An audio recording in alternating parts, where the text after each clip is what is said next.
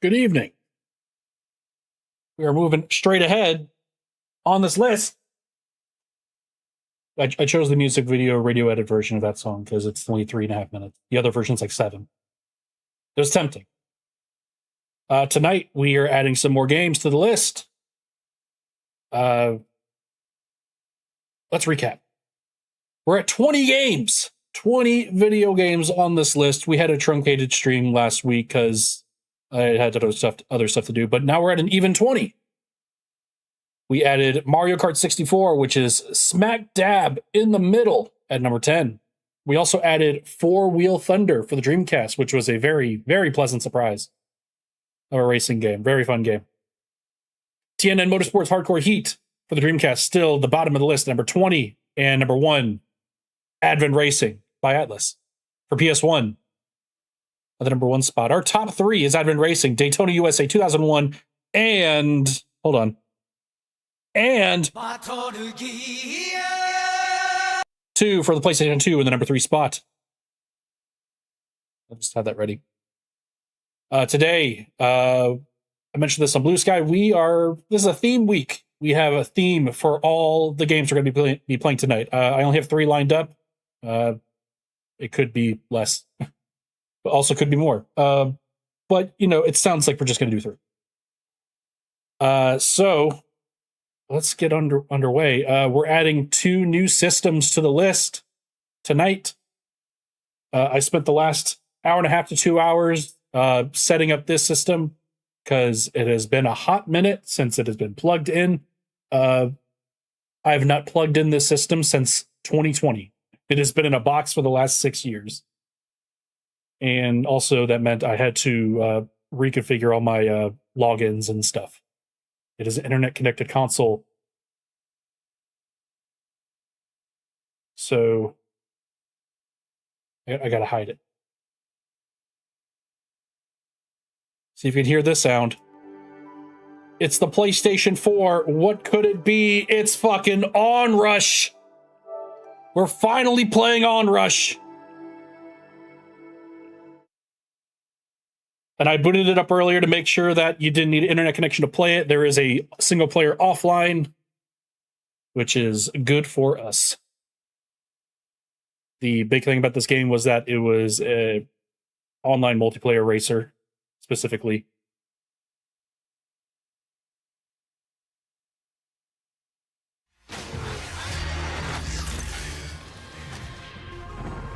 Stuff works. Yep. So yeah, this was a Codemasters joint. Supposedly, this was made by a lot of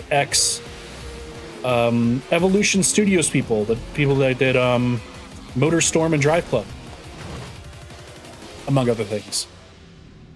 But this is done by a lot of them, and the DNA is all over this.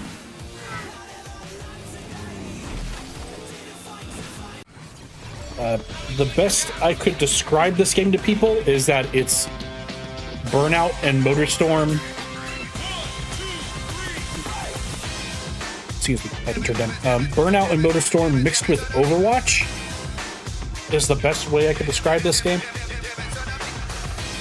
which lends itself very well to online play. But I'm sure offline single player will be just fine. So it's not a traditional racing game. So you have these 6 things to do, 6 chapters, a number of events in each. I've done most of the, I guess I've done all. We're just going to start from the beginning just to refamiliarize ourselves with the video game. Select a vehicle. I don't know what overdrive is. Well, I guess we'll just name the game. So we got a bunch of vehicle types. The vehicle types are like for when you need to be character classes. Pinpoint. Drive tight and add to your rush tank every time you're a whisker away from wrecking. Surge. Pack a little punch to your boost and deliver a knockout blow. Rampage. Keep the onslaught going as every takedown refills your rush gauge. Sometimes you need a sledgehammer solution.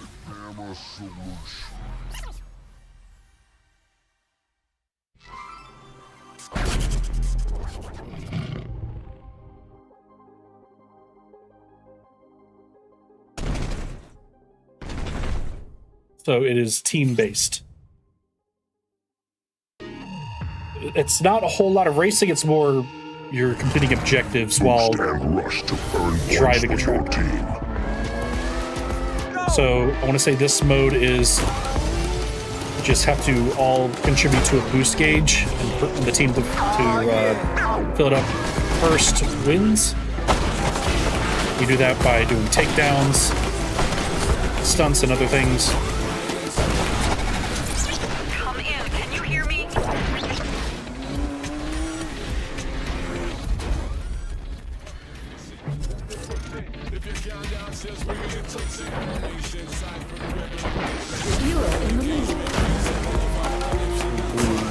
Just gotta do a bunch of takedowns against orange. Shit.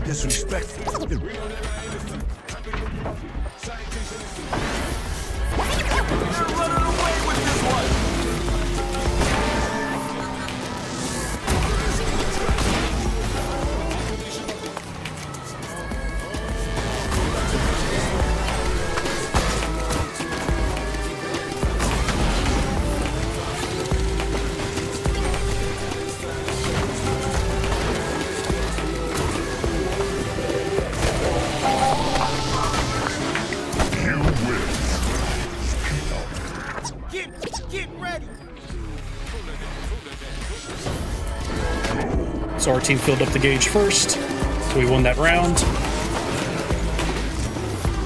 There's also these dune buggies that are part of any team that you can just beat up for extra points and extra boost charges.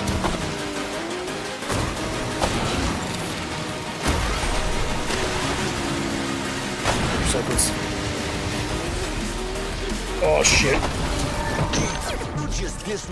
What's up, Costume Ninja? Orange is really filling up big. A lot of people are doing their ults. Get ready! 3, 2, 1. Admittedly, the game does not explain this mode very well. I just vaguely remember the rules of this particular mode.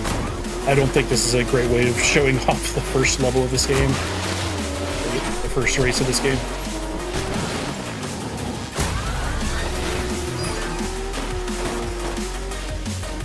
Got our ult ready. Let's go.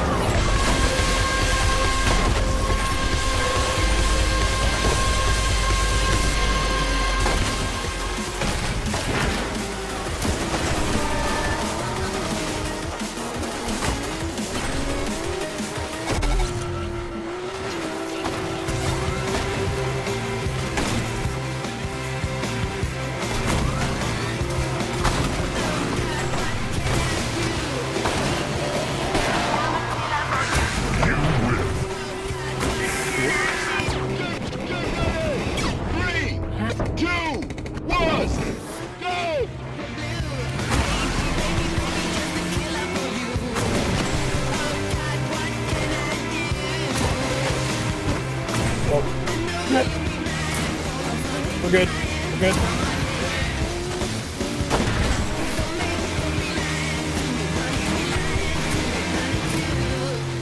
Catch up on the moves.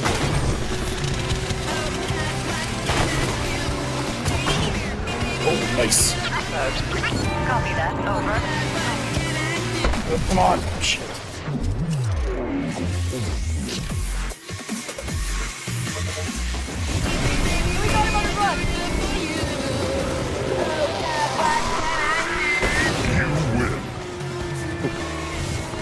So yeah, not a traditional racing game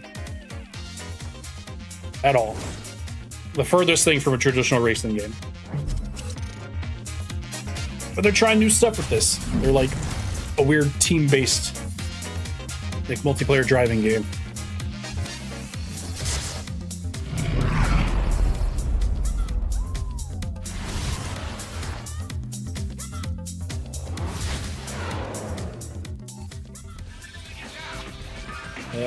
Okay. Most of these are overdrive. So overdrive is the game type where we're Select object. all working together to fill the boost gauge. Also, some of these, I remember some of these maps being like pretty awesome. There's one where you're like on a weird desert planet while there's space battles going on. Ladies and gentlemen, Boost and rush to score. Go.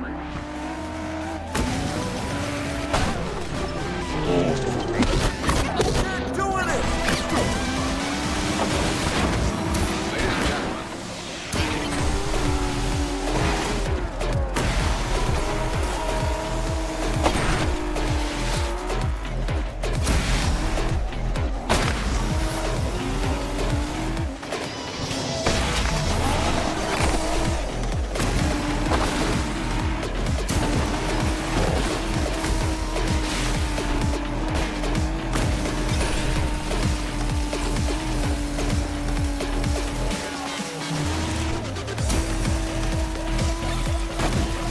Like, I'm trying to catch up to them, but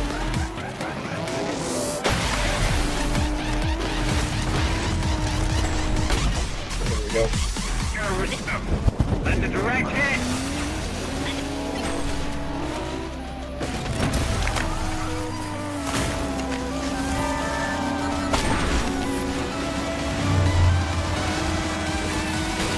ladies and gentlemen,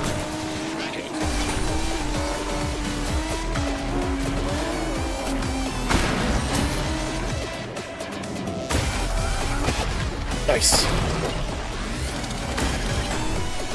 Oh shit. Nice. You win. Get ready. 3, 2, 1, go! Fucking wasting their ults at the start of the round, dude.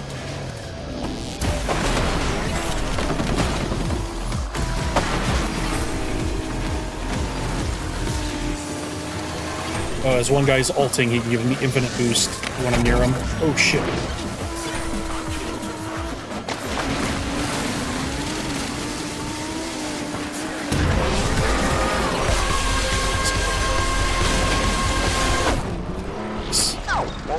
How about you take 5?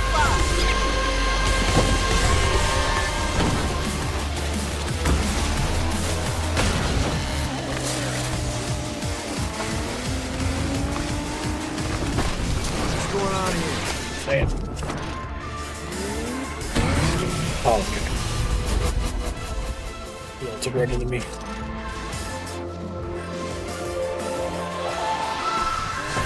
Is there a... Oh. There's right side. 3, 2, 1, go!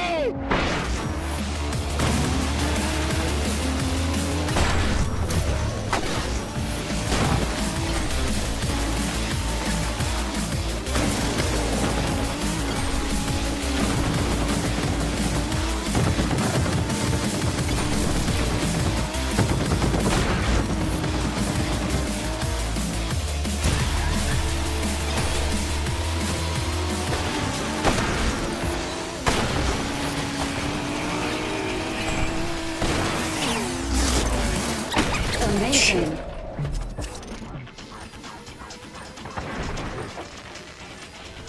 I'm coming for you.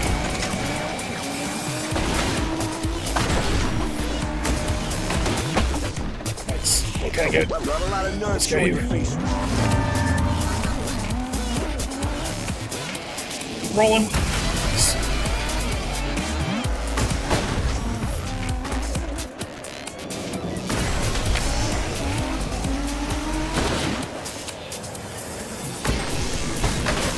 Oh. There's two. They're down! They're down!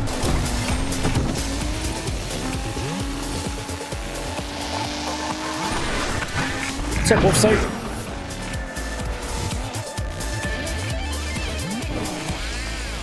Swept them.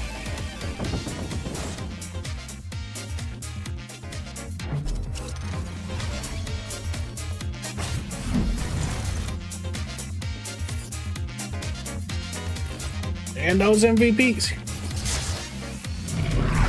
You're learning how this game plays.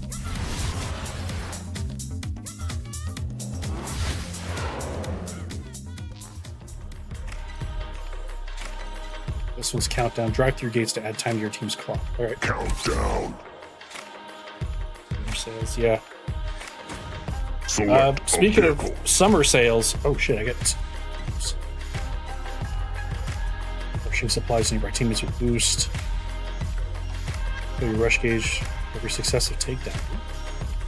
I'm good with that. Interceptor. I haven't bought any games on the sale yet, but did buy this. Little Action 5 Pro. I found Target was selling these for $160. These are like $350 cameras. They were all on clearance.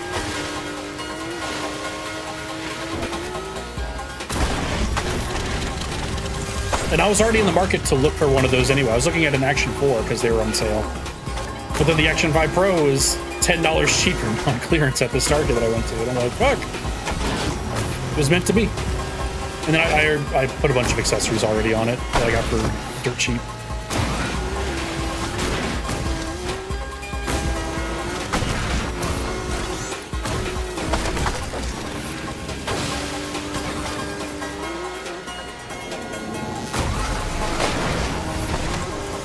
Oh, shit. Okay.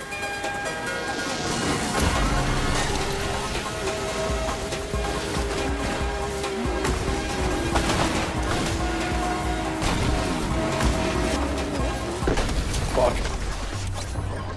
She got this on GOG. Ooh, that's cool.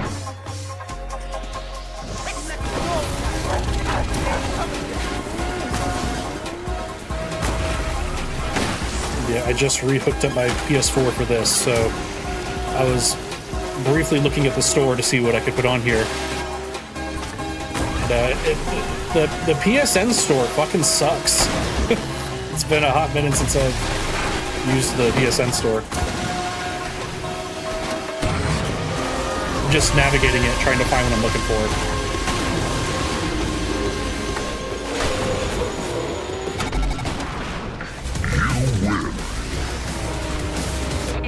Get ready. Oh, fuck. Go!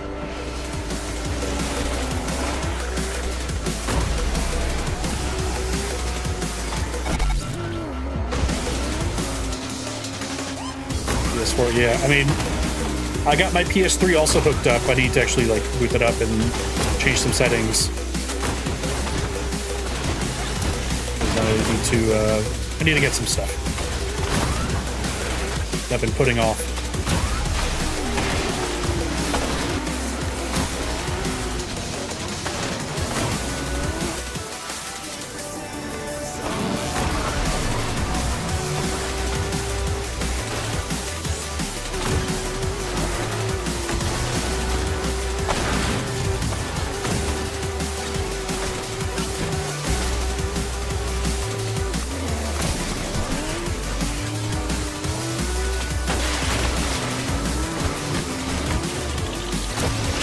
Damn.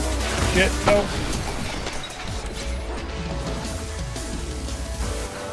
Yeah, like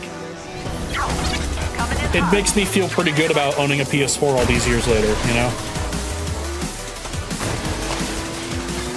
This PS4 was a launch day unit, so just held on to it. But also, like, I think it was either you or Boogaloo Funk in chat were all like, hey, you can put some of, like, they've started re-releasing, like, PS1 games, like, that are playable on PS4. And I'm like, oh, well, I have a bunch of those. And that's why I was like, yeah, this PSN store sucks because I can only find 2 on the store. I don't know if they've made all of them playable, but I managed to find Tekken 2 and R4. So I put those on here. You win.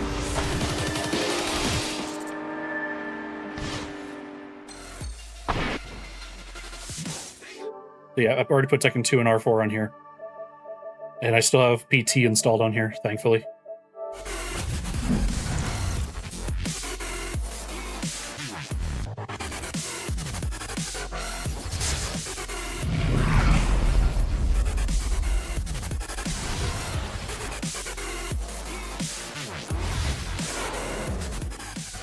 That also means I've bought like a few other PS4 games over the years Countdown. that I just bought just to be like it would just be nice to own these. So like Vortex. I have the Wipeout Omega collection. I got a few others, but I recently picked up Onrush and I'm like, man, I'm gonna fucking play some Onrush. I need to find a PS4 copy of Gran Turismo 7. Drive through the gates. That's my next one.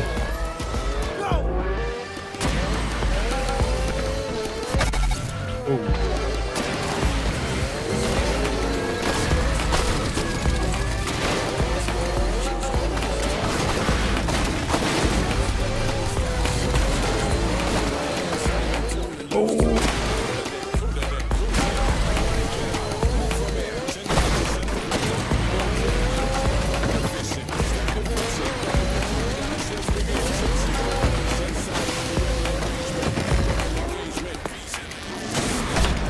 Nice.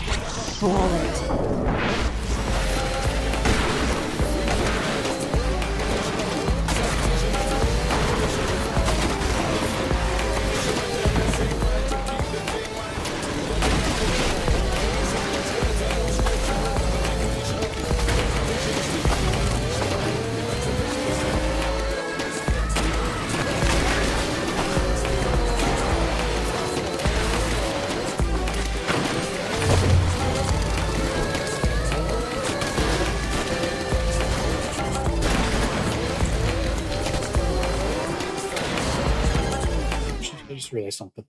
Should probably change this on Twitch. I'm not playing retro, I'm playing Onrush. There we go. Thought about that. I'm playing games you can still buy in a store.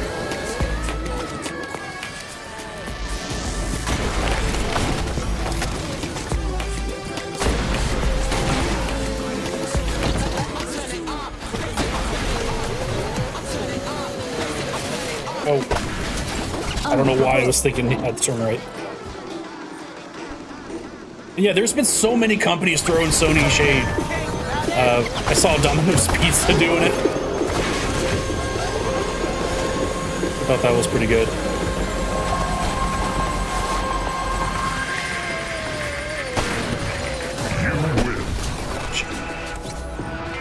Get ready.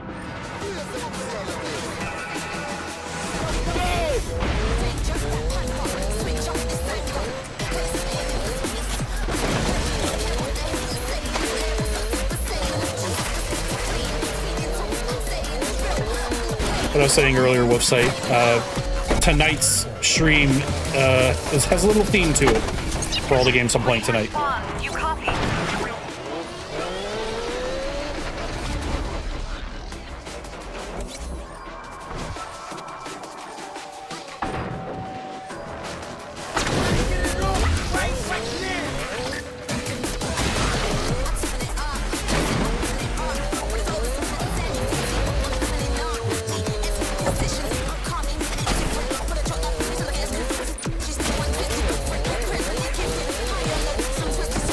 Oh, it's like, okay, it's like sending out like a weird wake. That's affecting my handling.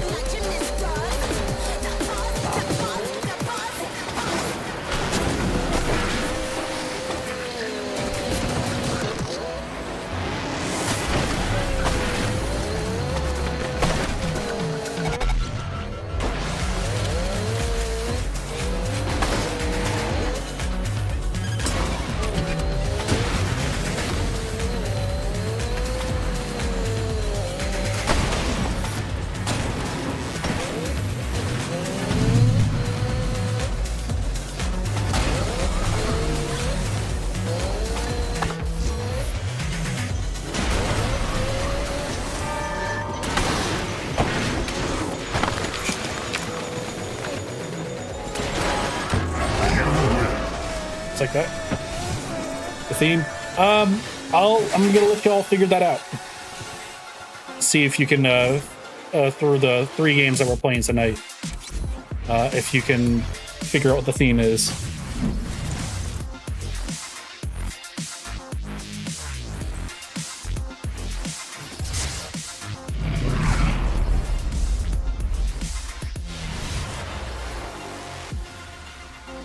Yo, it's Daft Punk himself. I have Overdrive and a countdown left. Select object. Charger. There was one game mode I remember playing when this was online. It was pretty much a gun game where you're just trying to survive as long as you can. That's a pretty good guess. Because all the games I'm playing tonight do have a bit of aggressiveness to their driving.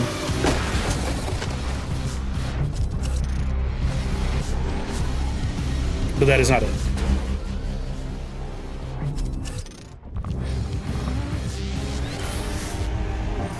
But yeah, there's a gun game mode where you try to take out all the other people and also survive with the vehicles you have. So every time you get taken out, you go to your next vehicle until you run out of vehicle types.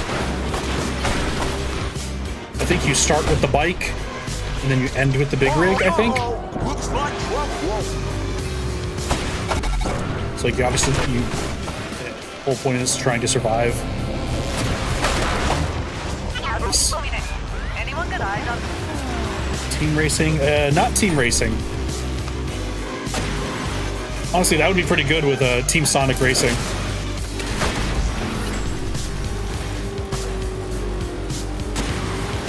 Like, obviously you're, like, racing along tracks here, but, like, this is a very non-traditional racing game, you know? It's more like a team-focused combat driving game. I don't know.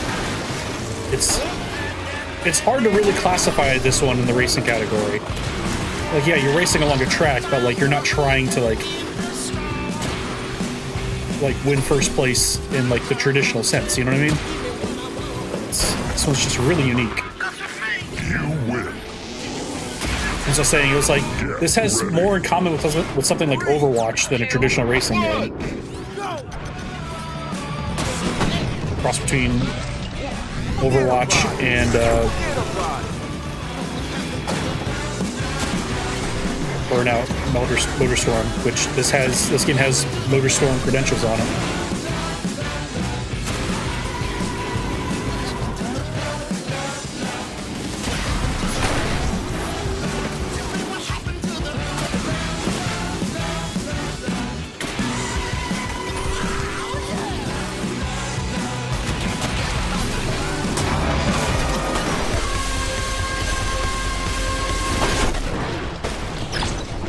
Shock it off!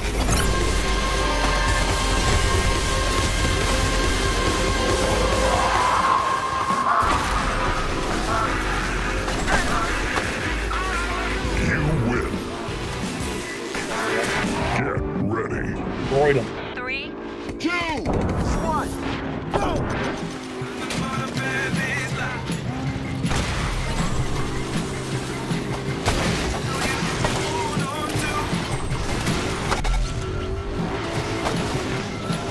And the thing that, like, like blows my mind is that this never came to PC. It is a console exclusive. It's only out on Xbox and PS4.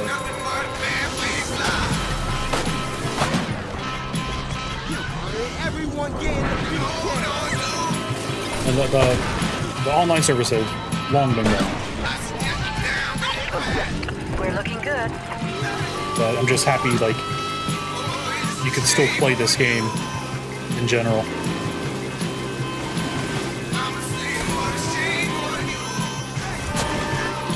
And the thing I love the most about the copy that I found of this is it's whoever originally bought this still kept their original receipt in the box, and they bought this on day one.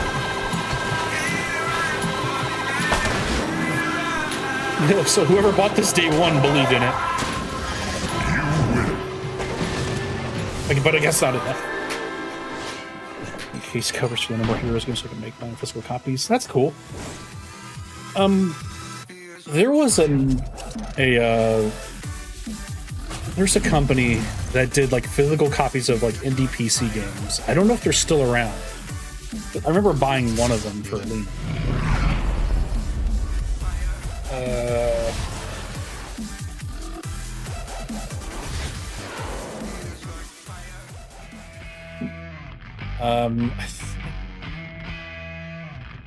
And then like they had like they're like the NES shaped boxes. Some of them were even in steelbook cases.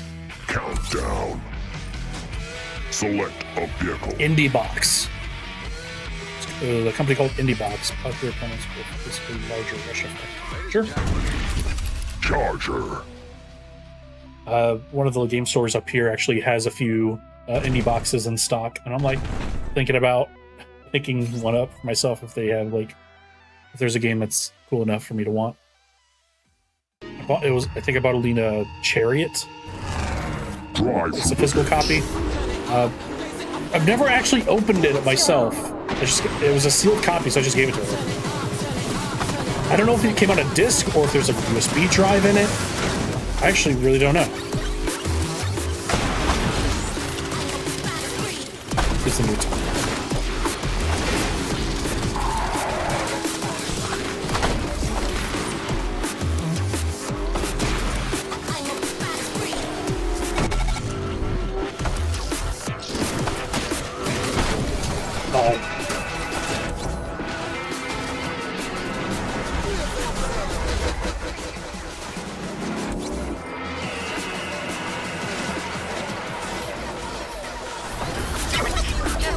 Stay on course.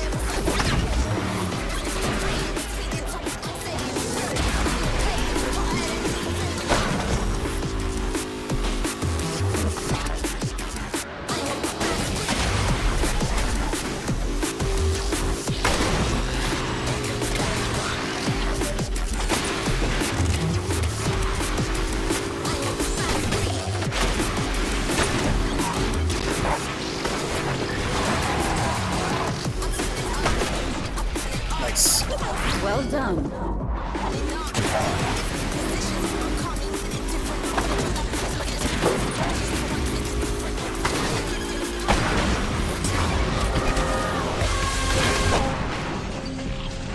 Check yourself, boys!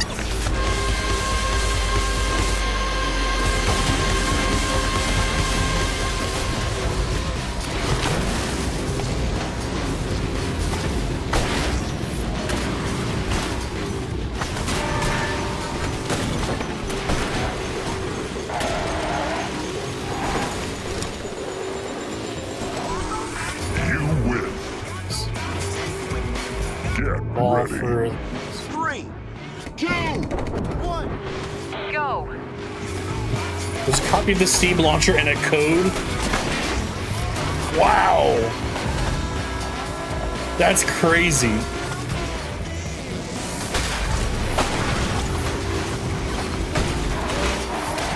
And like, I guess, was that like the norm back then? Like, how did, like, when Steam became like a real thing and you could still like reliably buy a PC game at retail with a box and everything, like, was it just like, hey, here's a disc when you gotta have Steam installed or something like that? A few months ago, I guess it was a year ago, actually. I bought Syndicate on PC. The Syndicate reboot from EA and Star Wars. And it was a disc and it had a code in the box, but the code was redeemed and I could not use that disc anymore, like straight up. So, I mean, I literally just have like a physical paperweight, but Syndicate is also a game that I really, really want to fucking play really bad. I have it on PS3, but like if there's any way I can play it on PC, I'd rather do that.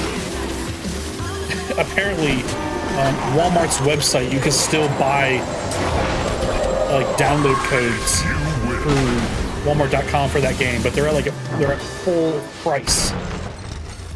And as far as I know, you can still redeem them on Origin or EA Launcher, and they still work because you cannot. The game is not available for purchase through EA's launcher anymore.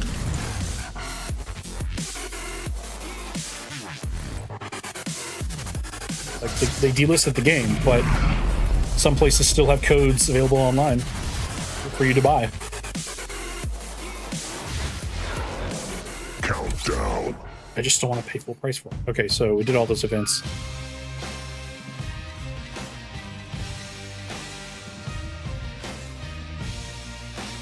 All right, Switch is the gun game mode. Countdown.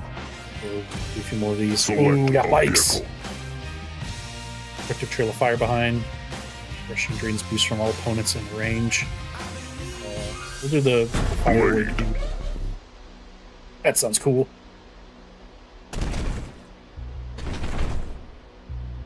Oh. There's only 3 of us on bikes.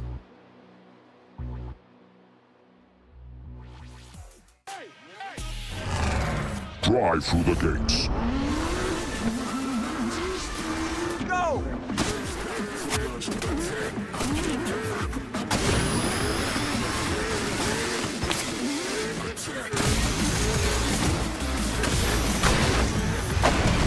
Okay, still take out the little guys then.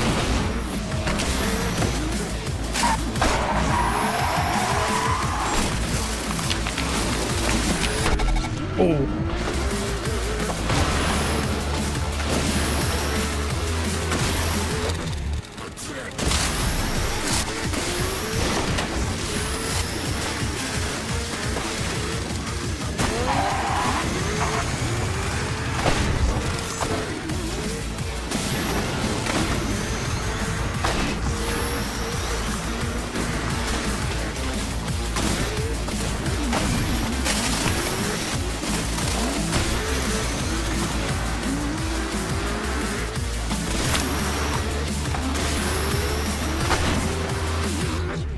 Oh.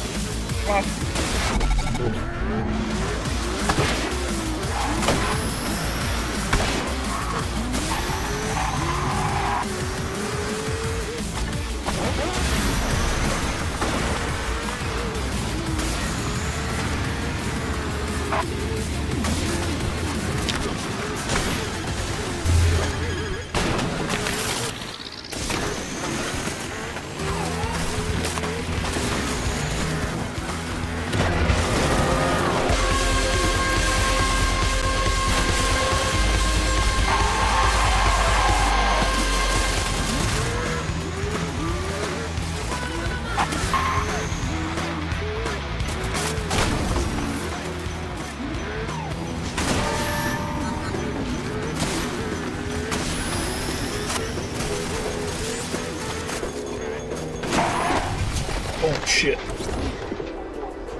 Rizzy and Gog. No, like I would 100% agree. Welcome back. I mean, I'm so ingrained in like the Steam ecosystem at this point where it's like I still buy and get stuff on GOG when it's like convenient for me, you know? Because I use the GOG launcher every so often to play some of those games.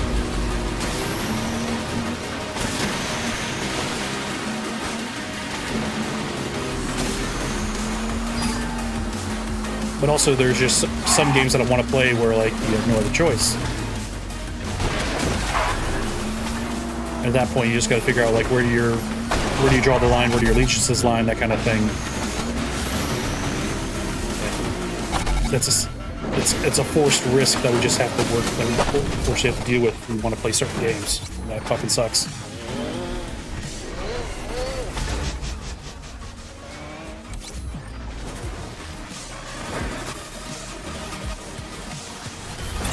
Places like GOG are just like an overall net good for the industry for preservation. I mean, like that's like one of their big selling points.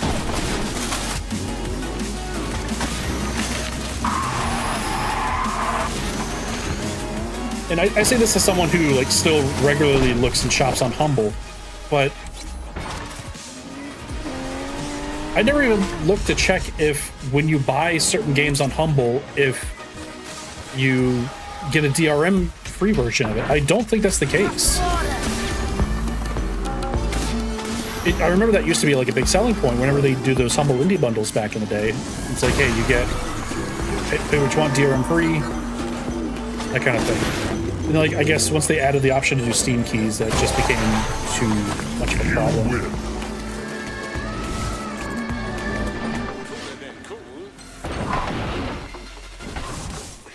And yeah, like, there's some games that are just like hard-coded for just constant internet connections, making them not viable for a GOG release. Could you fucking imagine putting Destiny on GOG? You imagine putting Destiny on anything but where it is? Almost phasing out the end for choice for a while. Yeah, that's a bummer. Overdrive. Select Dynamo. I haven't been talking about this game much. I've just kind of been zoned out playing it, but I'm having fun. This game's real fun. It's got some interesting quirks, though. This game's pace is ludicrously breakneck. Rush to score. This is a fast fucking game.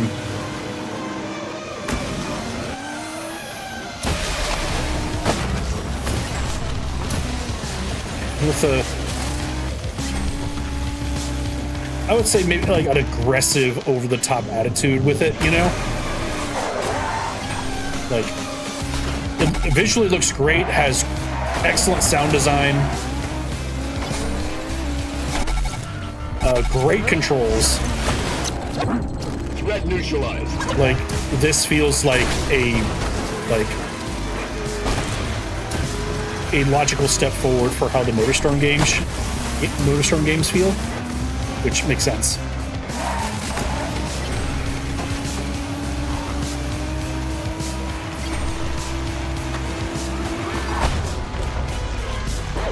Oh no! Oh man!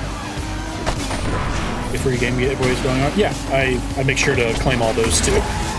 Takedown confirmed. And like, I always log into Epic to get the free games that they have on offer. And I'll be honest, I've even bought a handful of games on Epic. Like, if they don't have an option where I can play it on a Steam Deck, and the Epic Games version is cheaper, then sure, I'll buy it on Epic. It doesn't really bother me.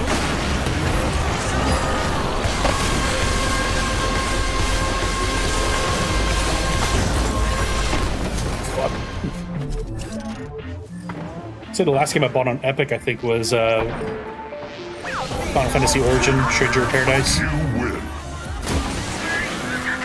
So I had a bunch of Epic rewards saved up, and the game's not compatible with Steam Deck, so I'm like, yeah, why not? I'll just get rewards cheaper.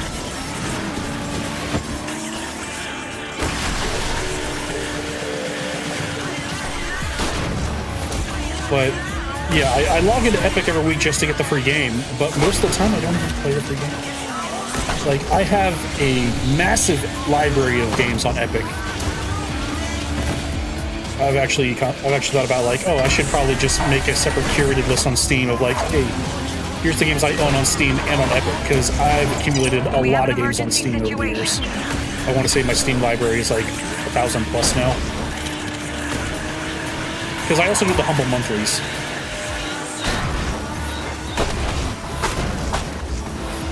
Sometimes I'll forget to skip a month. Like, I just got an email being like, "Yo, get your Humble Monthly now." I'm like, "Oh shit, guess I forgot to unsubscribe." So I got that email a few days ago, so I need to check what games I'm getting Humble Monthly. It's a bad habit.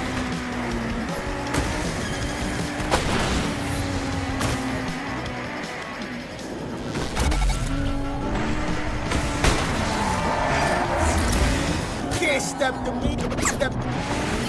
I was talking about this with a coworker of mine about like I should just like see how big of a library I have on either Steam or Epic and just pick like a random game. Just pick one and just see how I feel about it. You know what I mean?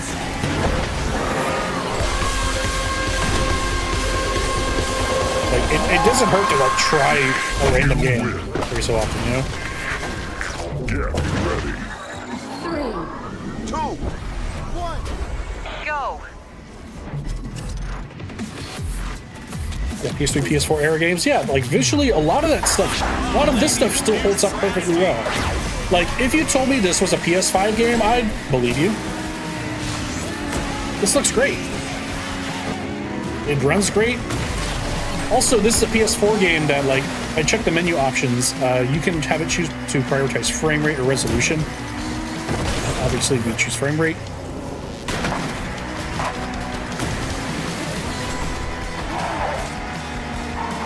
It's a nice option to have. Not to say that this game is like, oh, that's cool for a game this old to have that. I don't think this game is that old. I want to say this came out in like 2018, 2019.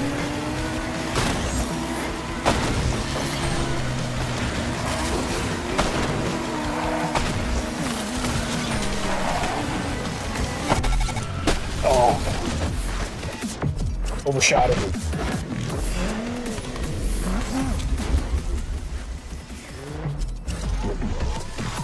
I'm probably going to skip around to do some of the other game modes after this race, just so we can see more. FYI, ETA ASAP.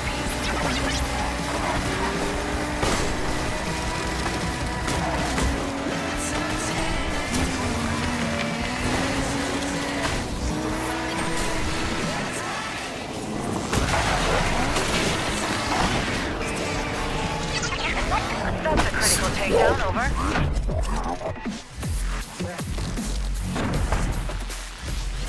Got the win, too. I was out. Won't be back.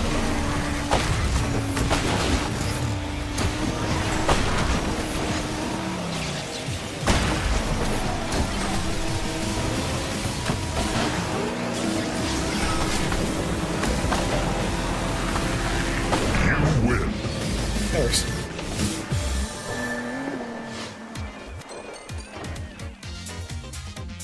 Yeah, this game was super fun. Just like the active driving, just going through, like the handling feels good, weaving in and out through the environments, trying to get takedowns, like it all feels really good, really fun.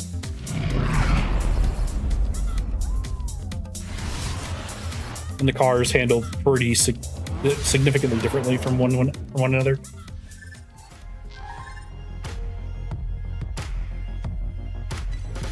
Down, we'll do.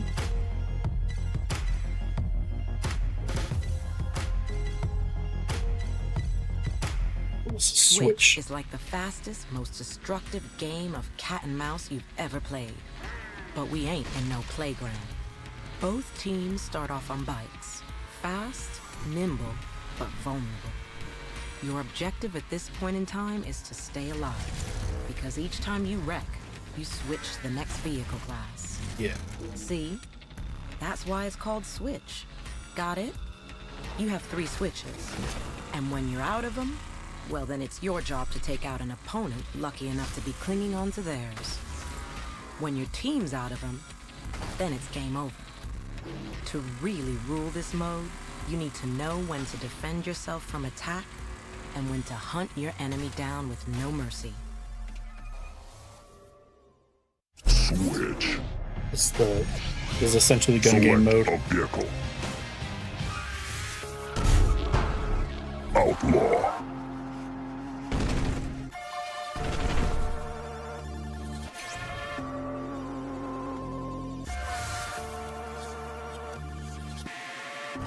Also, Three just switches. the general presentation of this game, I just kind of love it.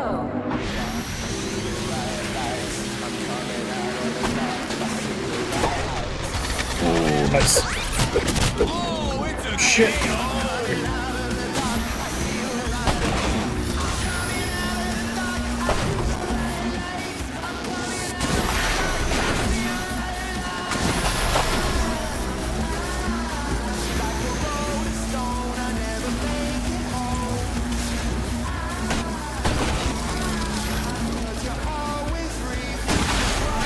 I think I have all the that game company games. I'm pretty sure. I saw that I have Flow. I'm pretty sure that I have Flower. I know I had them all on disc as well. So I have that Journey Collector's Edition on PS3. I got a lot more use out of that disc than I thought, because the that Journey Collector's Edition also has like 3 other games on it that are like, hey, here's some prototype games that we made as like student projects as a studio. And there was one where you're like, it was like a 2D platformer shooter kind of game. It's a competitive game where you're trying to kill a bunch of zombies, collect their skulls, and then bring it back to a church. And whoever deposited the most skulls at the end of the round wins. And it was surprisingly super fun.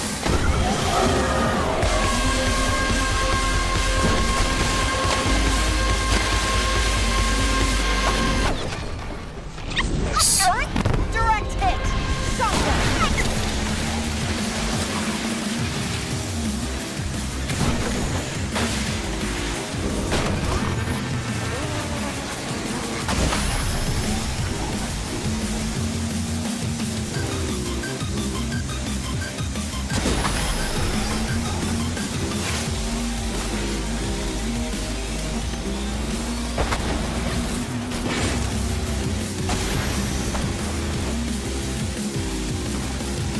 Just noticed they're winning.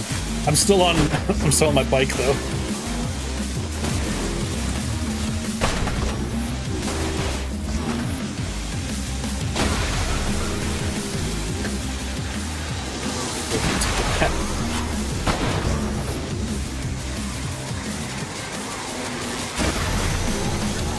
Repossess my copy of Journey. Those games are on PC now anyway. Except those bonus games. Oh, nice. Target neutralized. Honestly, those bonus games make that package worth it to me. I thought those games were so fun.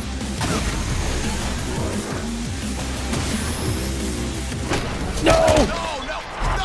That had to hurt! Stop! Please recognize it.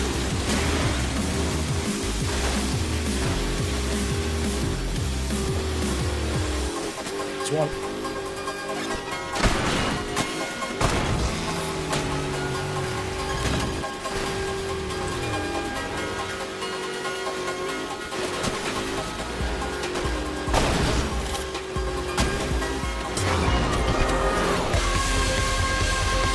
Some damage here. No, it's too far.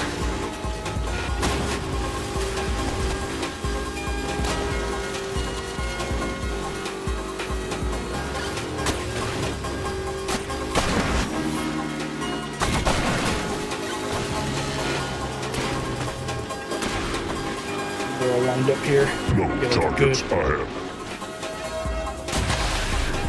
A little bit of side swipe on them.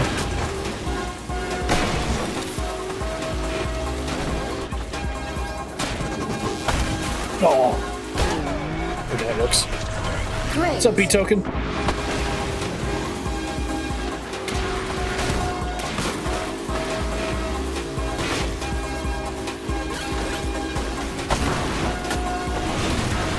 Shit.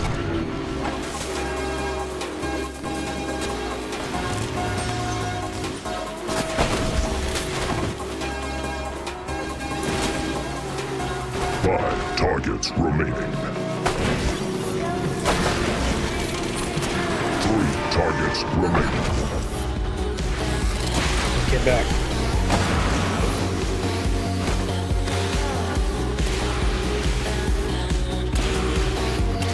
I assume this is a licensed soundtrack, so this will get claimed or whatever. I don't know. One target. Nice. Whoa! Whoa!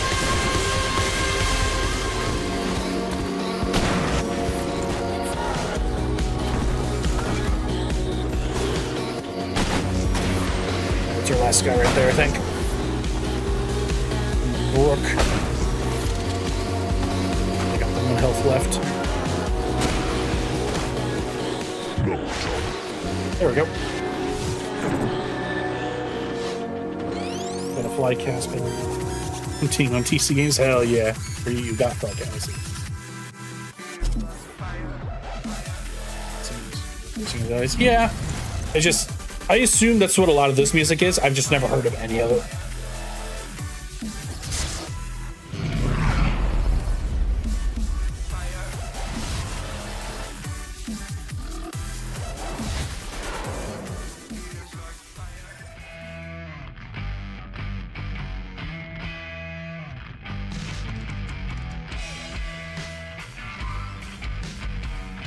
Those are fun. Other switch track. Blade. Then we'll do like maybe one more race after this one. We'll see how this one lasts, and then we'll move on to our next game. 3 switches. Nah, this game's this is pretty fun. This is pretty good.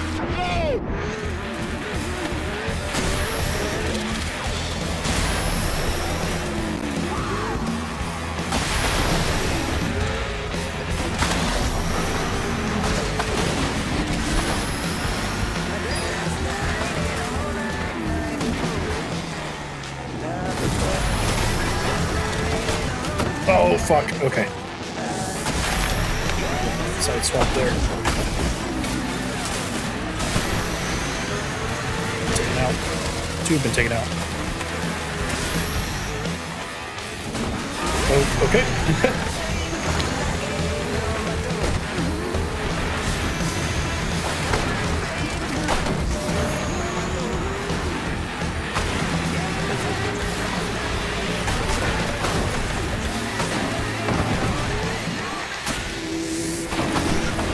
What was that guy doing stunts? Oh, come on.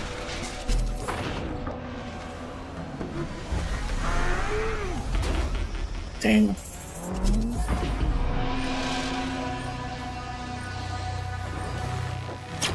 I'm in position.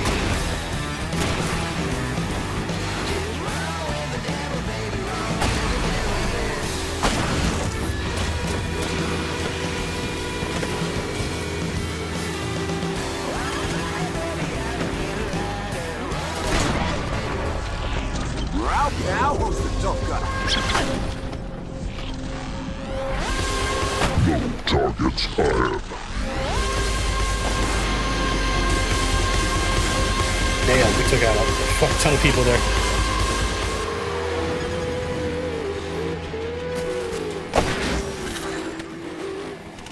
Let's drive past.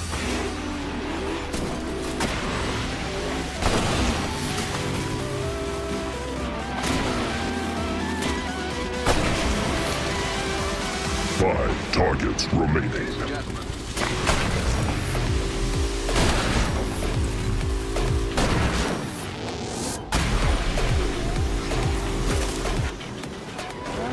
Targets remaining.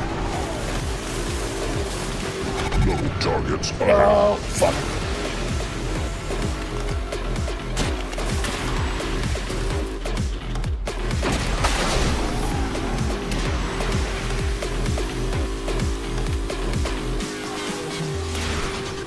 Two targets remaining. Both in front of me.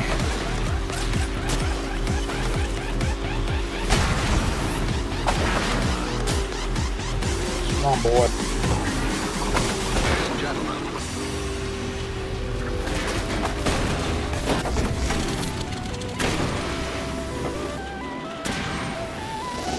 Ladies and gentlemen,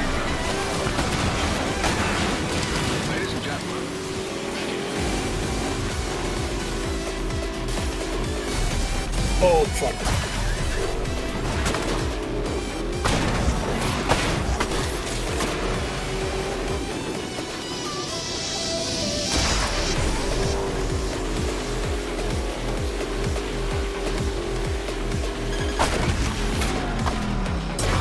Alright. Time to go for the kill. No targets ahead.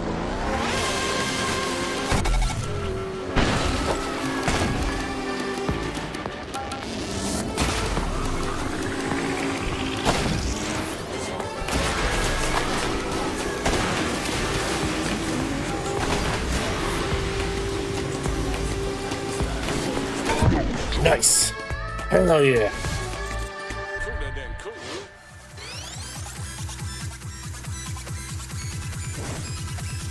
That felt real good.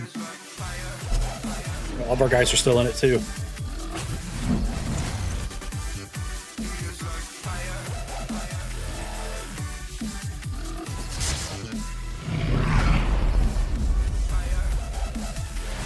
Yeah, this game's real fucking fun.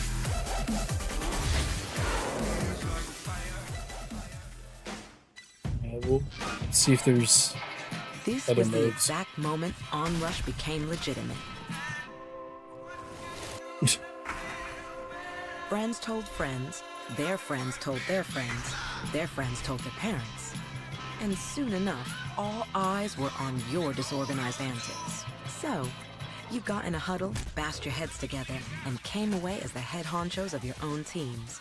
You look like very proud parents. Cute. With the stage set, team names chosen, fish heads. I mean, fine. It was time to compete and make this thing a real thing.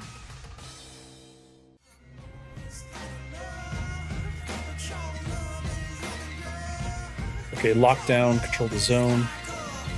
So, Control, that's what lockdown is all about. In this mode, we got a zone traveling at eye-watering speed.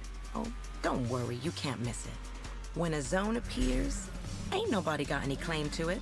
It's up for grabs. So what you gotta do? You gotta race and fight your way to get your team inside that zone to control it. You got more of your guys than they have of theirs? Then you all good. The winning team is the first to claim enough zones. Lockdown. easy. Select a vehicle. Big and bulls.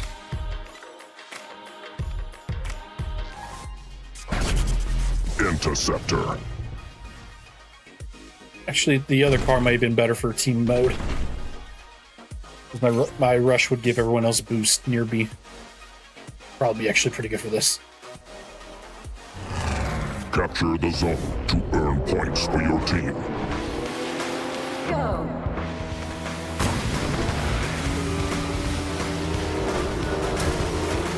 Oh.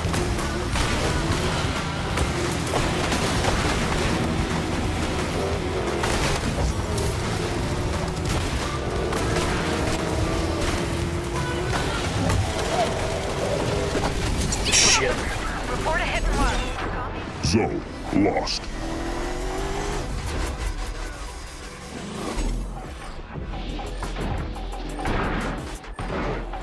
Even though I tried, couldn't get out. Couldn't get out. New zone.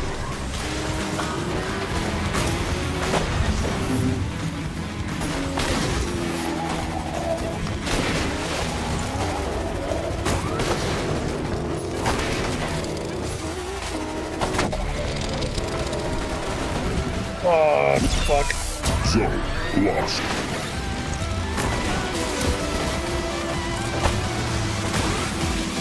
Ladies and gentlemen,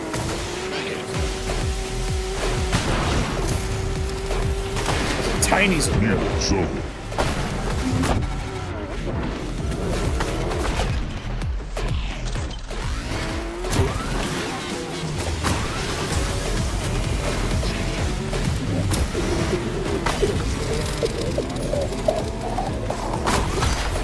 Zone captured.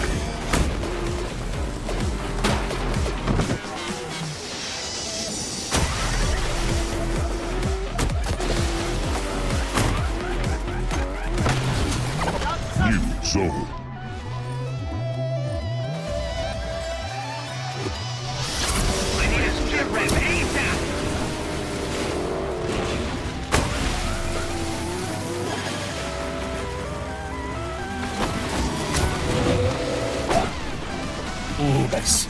Shine you down, fool. Straight like that. Shit.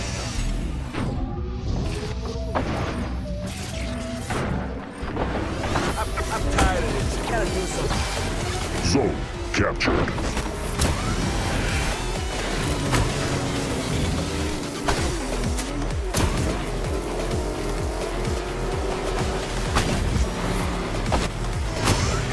New zone. Whoa, whoa. Ah, fuck. Shit. Zone captured.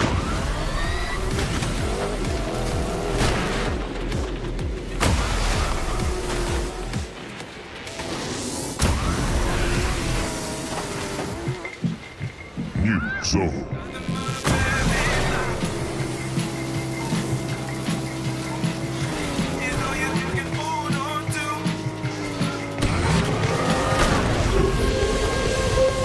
Ah, shit. Fuck. Fuck.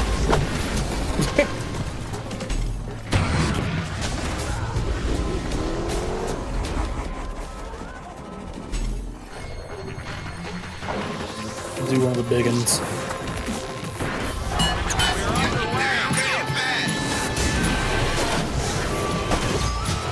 Zone captured.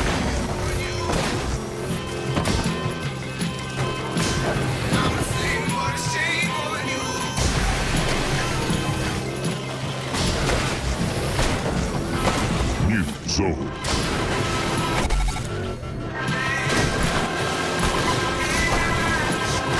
No! No!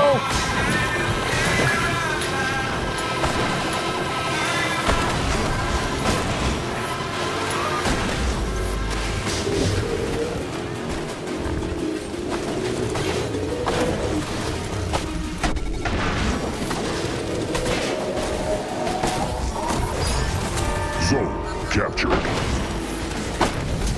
Oh, Zone captured. boosting? Yeah.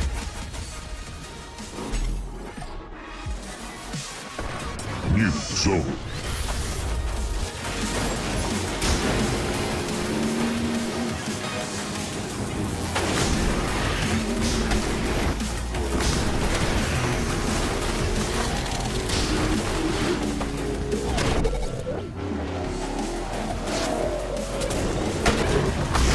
Nice move.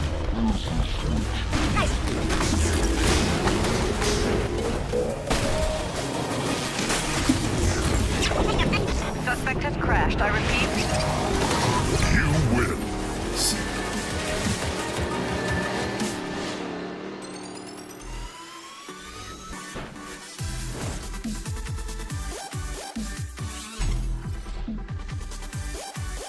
Yeah, that mode's really fun too. I like that a lot.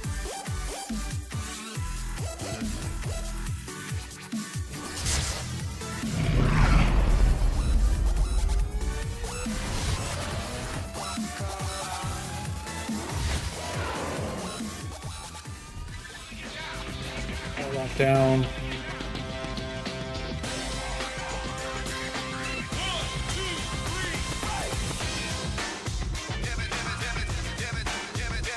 Training for all the individual vehicles. Can we? Okay, so that's all 4 modes.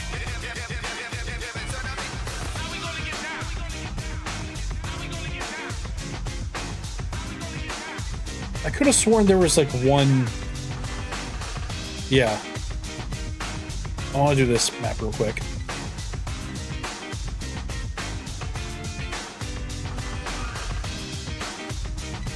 We'll do the switch one. Switch. I really want to do this map because I remember playing this map and thinking like, shit, that's real cool. Select a vehicle.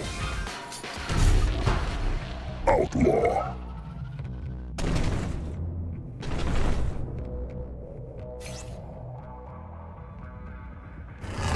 Three switches in 3 vehicles.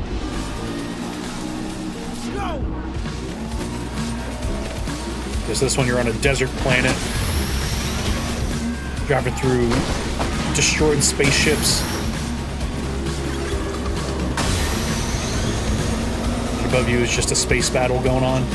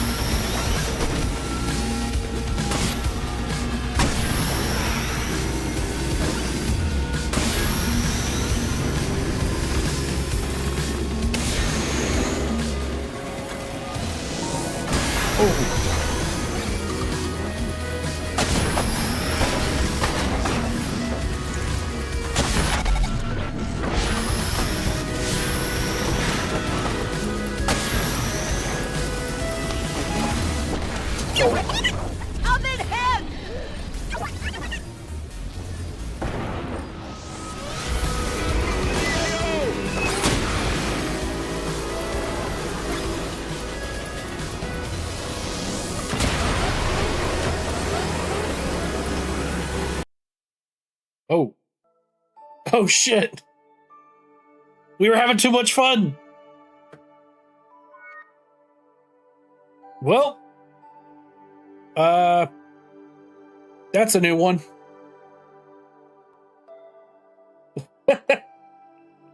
I guess we're done with Onrush.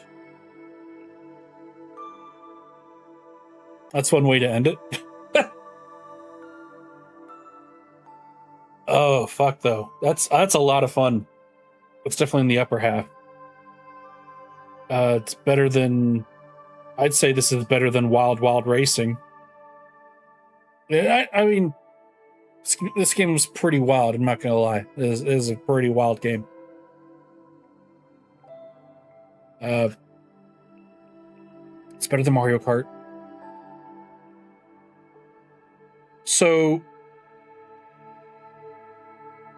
of the games that are on here, I want to say the closest one in terms of its gameplay to this is Ray Tracers. Ray Tracers is less of a racing game, more of a arcade driving game with a more of a combat focus to it. I do say this game is better than Ray Tracers. Is it better than Automodelista? Yeah. Yeah, it is better than Automodelista. We can skip a few. It's better than Beetle Adventure Racing. It's better than Four Wheel Thunder. It's better than Downforce. But is it better than Battle Gear 2? Battle Gear... Oh, sorry. Battle Gear 2 is real fucking good. Feels real good.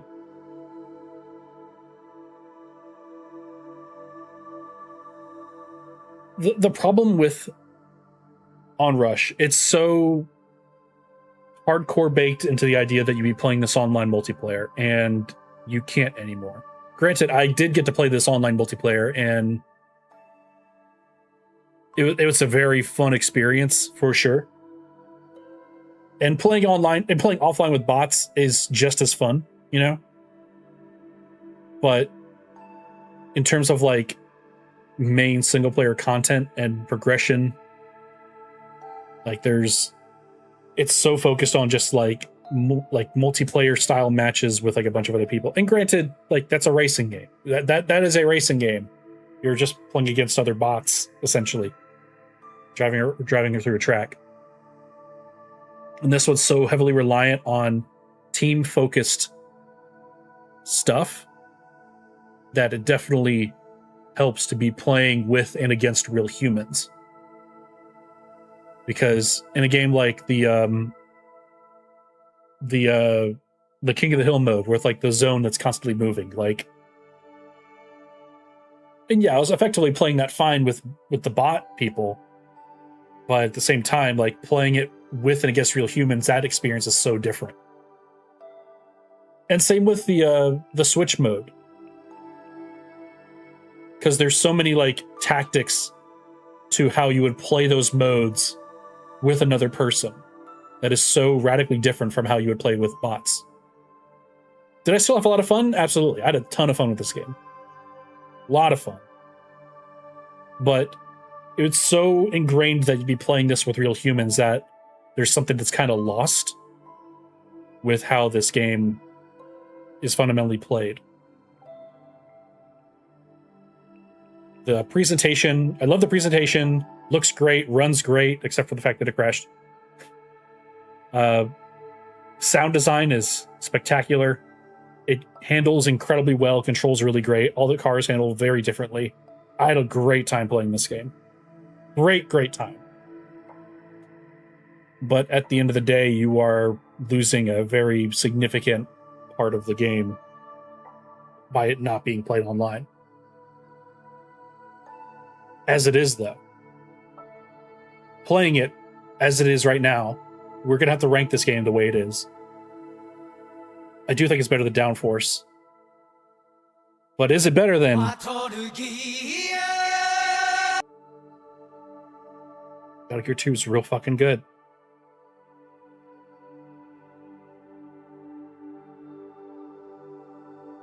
So same with Daytona. There's just so much new. These top three, there's so much nuance to like the handling styles of all three of these games. And not to say that there isn't for this game.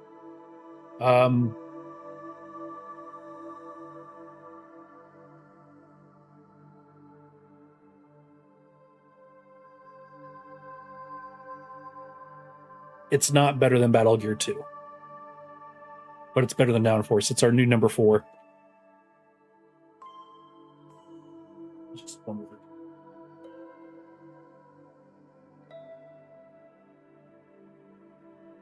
Still a phenomenal racing game. Great game. Great fucking game. Spectacular game.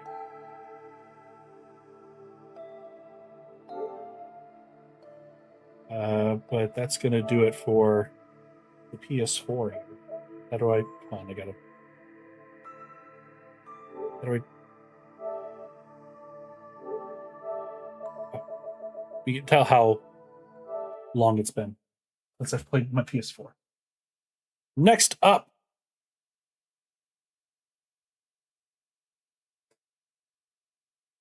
another arcade racer on a different system.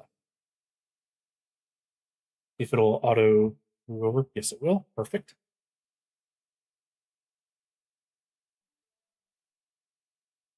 Let's see if we need to do an update.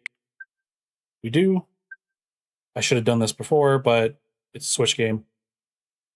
Shouldn't take too long.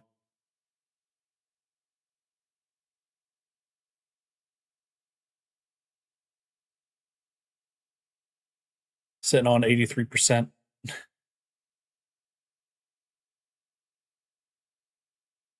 It says it's got a minute left. I should just...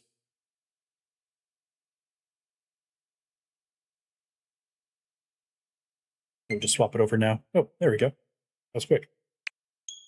Perfect. Adding Nintendo Switch. This is Cruise and Blast.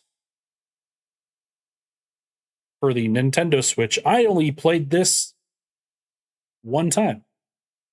And it was when I initially bought it. I honestly played this way more in the arcade than I've played this home port.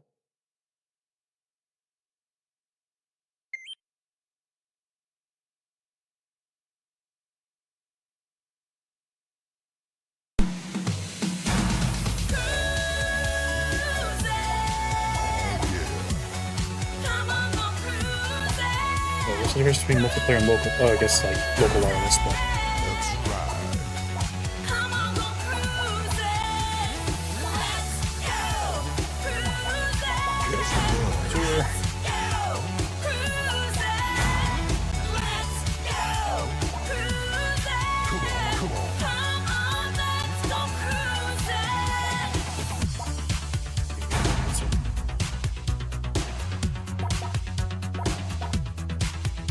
I guess I've been playing this car.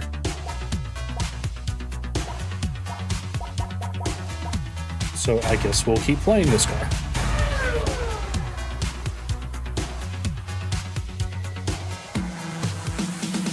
It has been a hot minute since I don't remember anything about this game.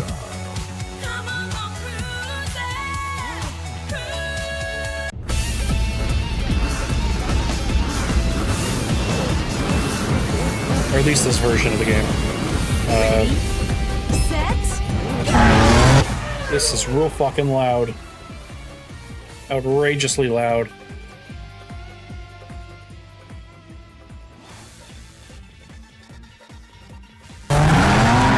Still real fucking loud.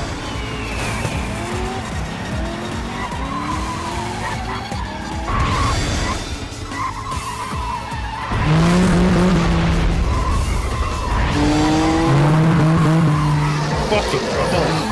It's fucking loud. Oh, okay.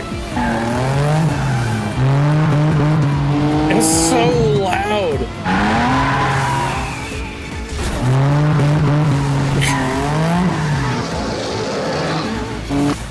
Oh, I'll change the game name.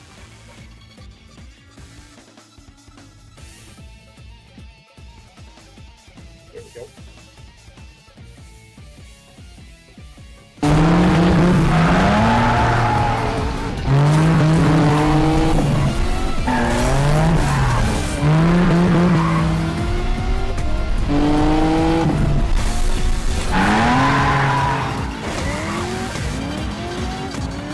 Yeah, you really don't need to be like doing like the wheelie boosts all the time.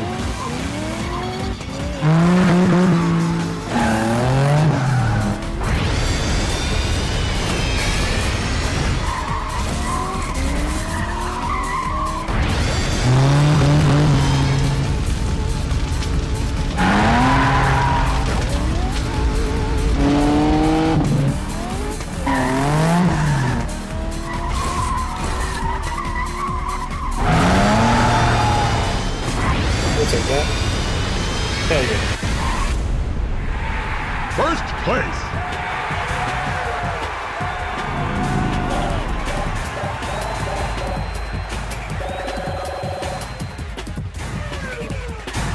Neat.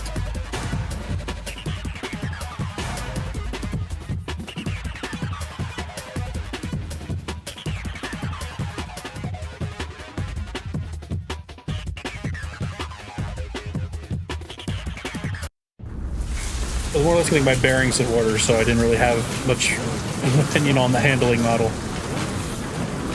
Ready. Set.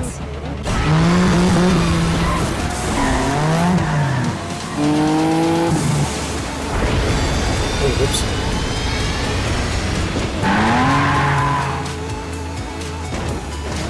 Oh, God.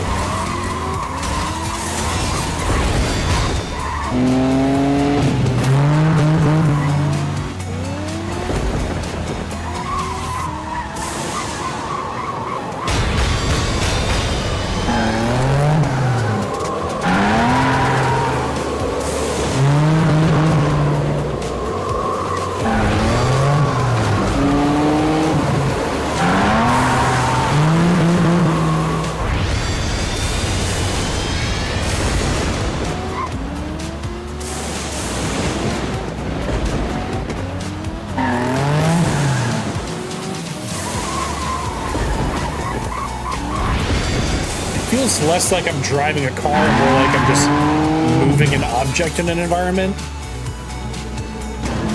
If that makes sense. Like,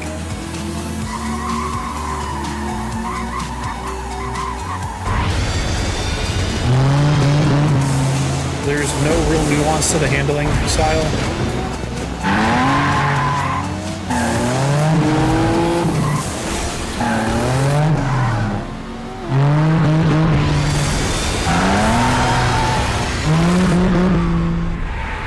Second place. Damn.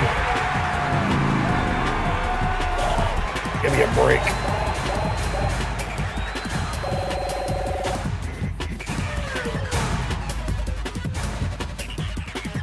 Again, another racing game with breakneck pace. At least it runs well.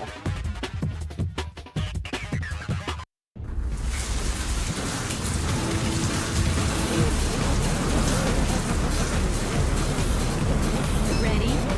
Set.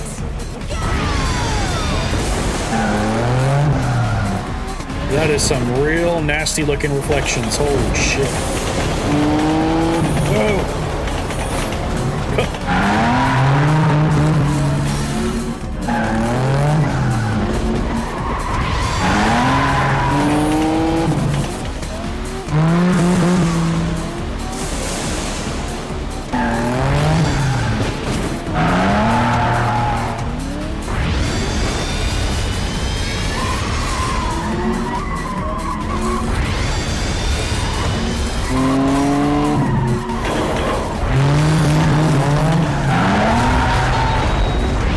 Wait, we're already at the finish line? The fuck?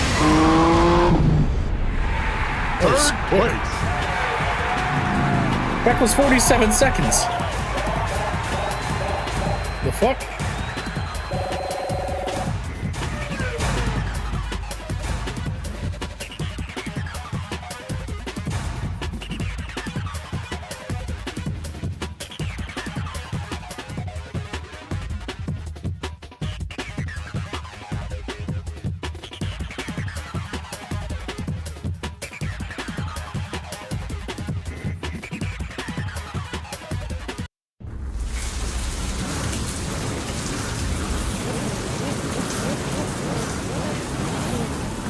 Ready, set.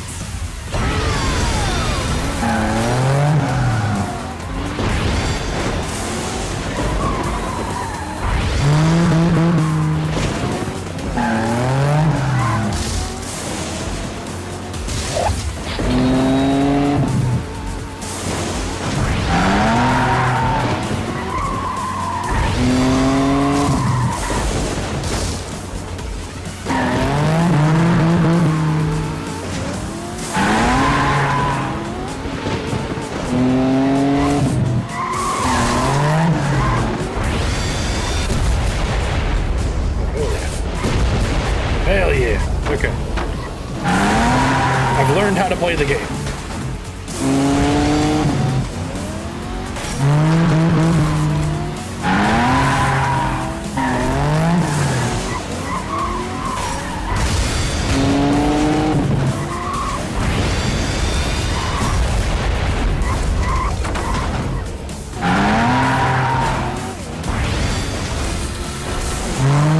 Oh, that car just straight up just disappeared.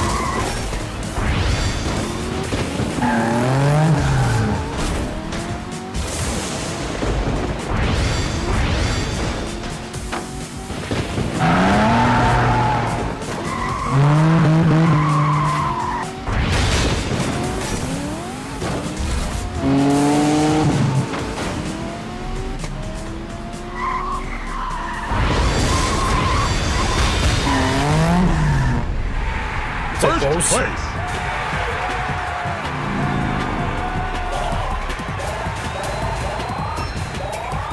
And we got money for takedowns.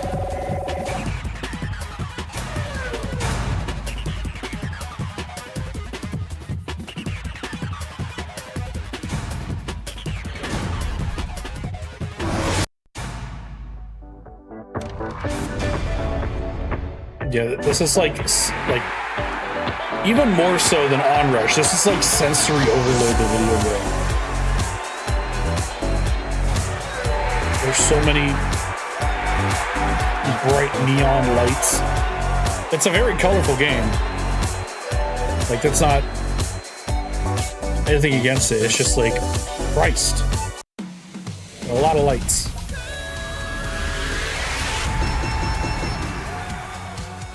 The chopper tool.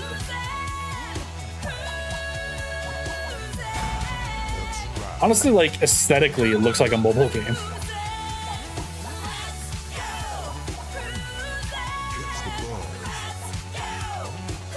The 15 keys. Play keys. Tourists unlock all 15 hidden cars.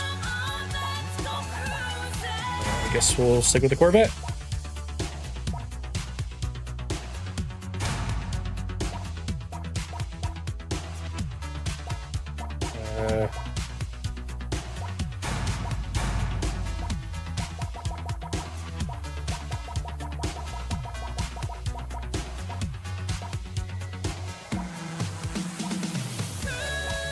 It's fun.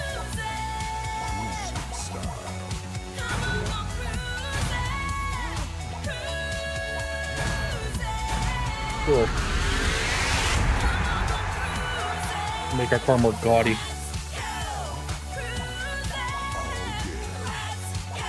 That's fine.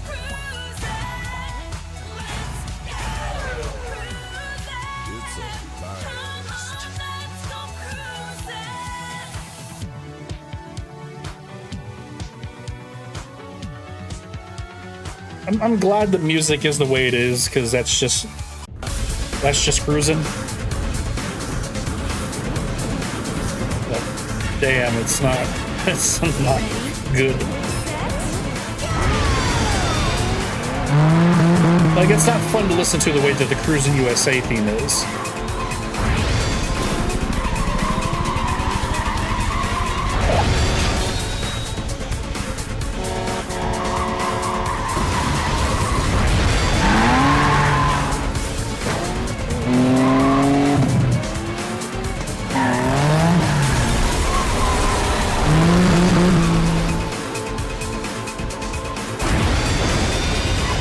The donut. I think I missed the key. I was doing so many tricks. Oh, Christ!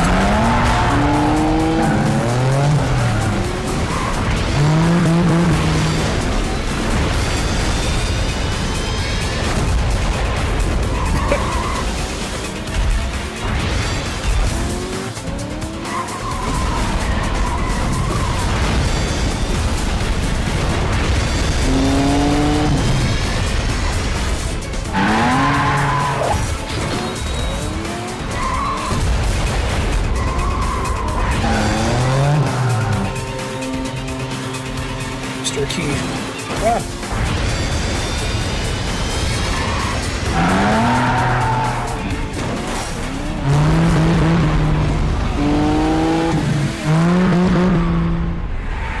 Fourth good. place. No good.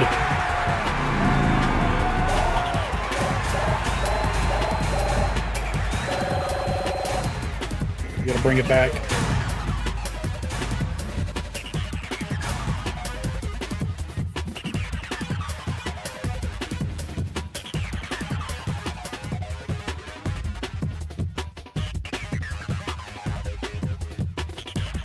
This game is all style and all spectacle.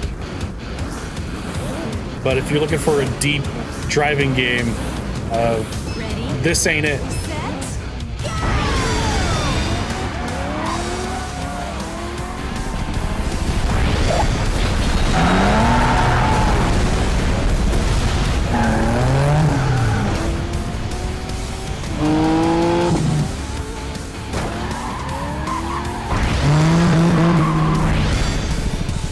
Oh, what do you mean I didn't get that key?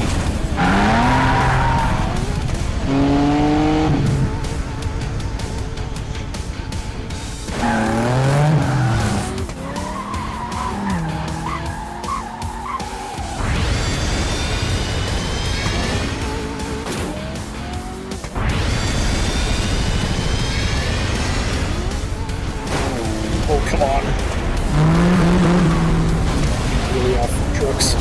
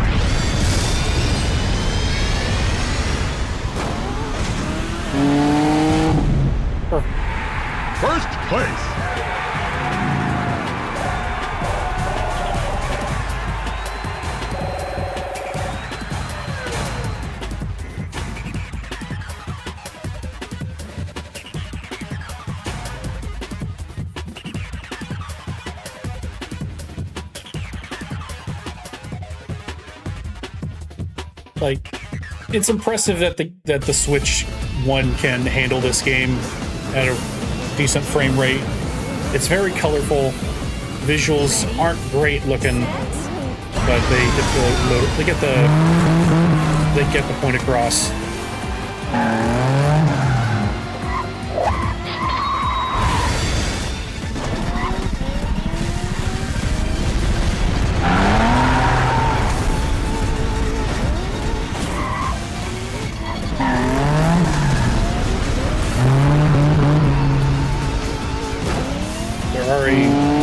It looks like there's like a pretty substantial number of tracks here.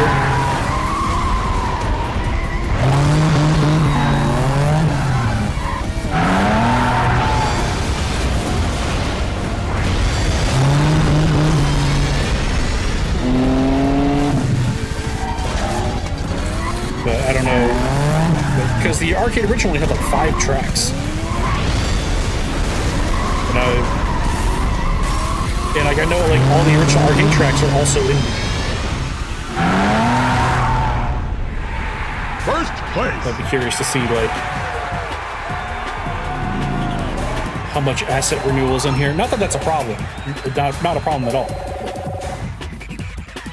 Good development practice, reuse assets to get more out of your game. But like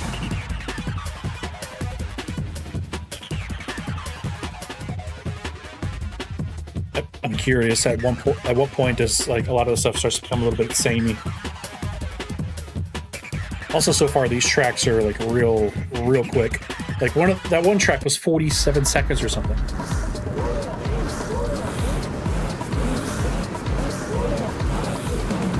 Ready, set.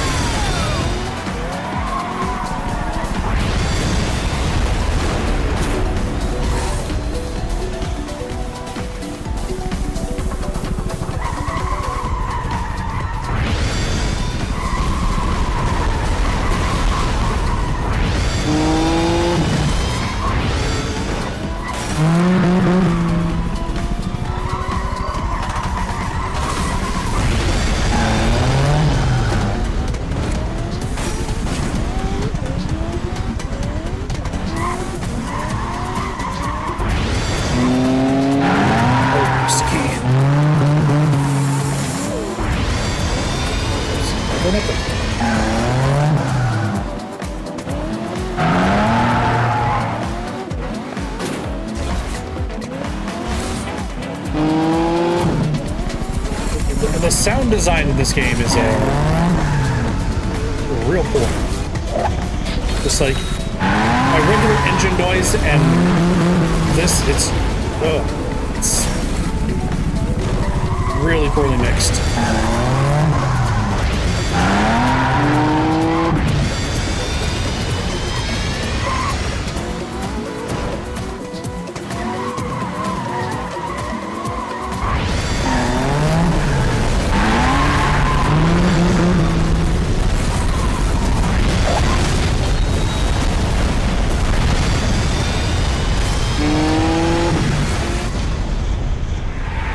First place.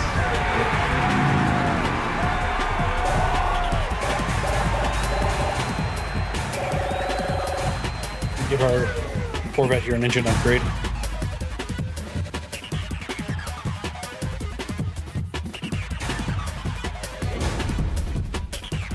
Like, it sounds harsh, but this doesn't feel like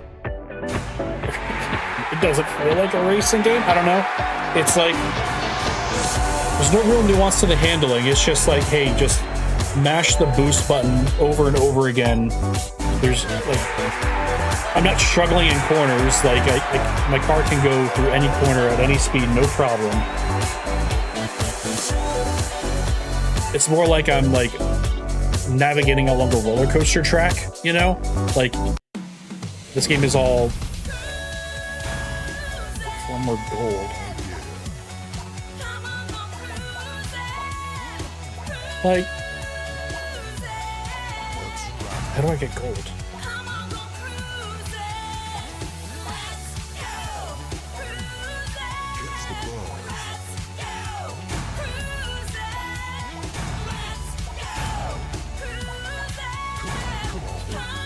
We'll just have to get first place on all tracks.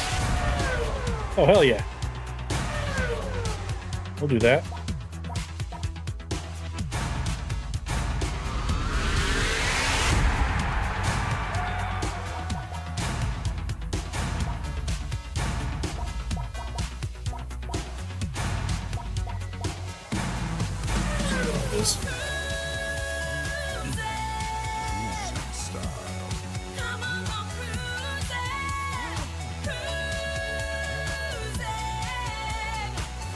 Like, obviously you're not playing this game for like a serious like racing driving experience. Like, this is, it's an arcade game, right? Like, this is meant for like a Dave & Buster's or like a Ready, set, like amusement park or a family fun center or something like that. Like, it's play it for like a really cheap, fast thrill, and like it's entertaining. Like, this game is entertaining in that regard, for sure.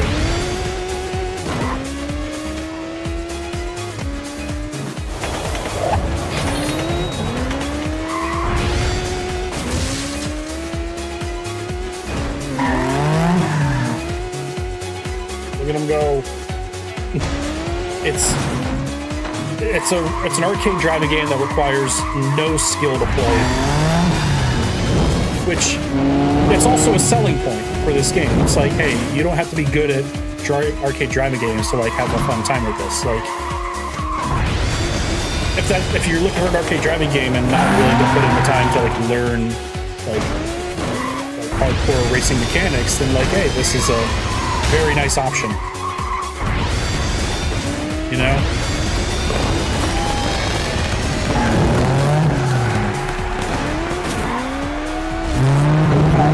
Son of a bitch.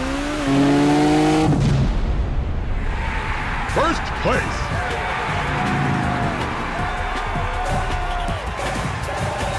Like, I would give this game to my nephews, and I know they would have a great time with this, for sure. What's up, Boogaloo Funk?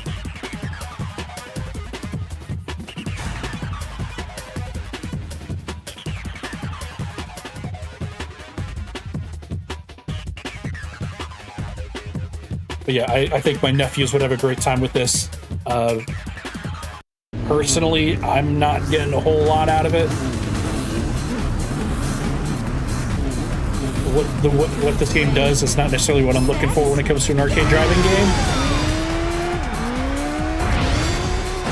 But it's a silly, dumb spectacle that is well made enough where you could definitely have the stupid fun with it. Oh, the sound of that is terrible. It's so, like, audio was just crackling up. It's so bad.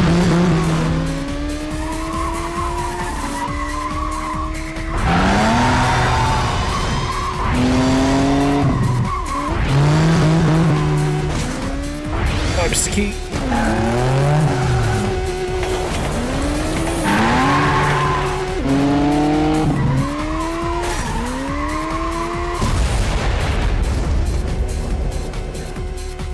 Place your big tits on the cabs with this. Oh, yeah, I'd be mad too. I'd be very upset.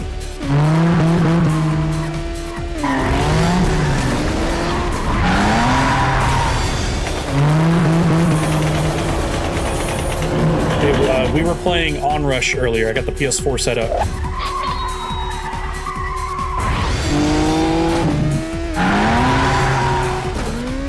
But yeah, Cruis'n Blast in arcades is popular. You know, it's.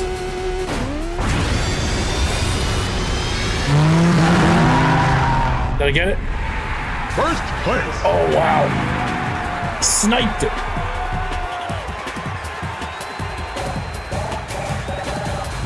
Yeah, I'm pretty sure our Dave & Buster's still has these. I know Kings Island has these as well. Pretty much every arcade, every family fun center is going to have this game now. It's not a bad option for an arcade now for a family fun center. Like I was saying earlier, like this game doesn't require much skill. There's not a whole lot of nuance to it. There's not much here for me. And they can play this together and have a fun time. Like, this game is very good at that.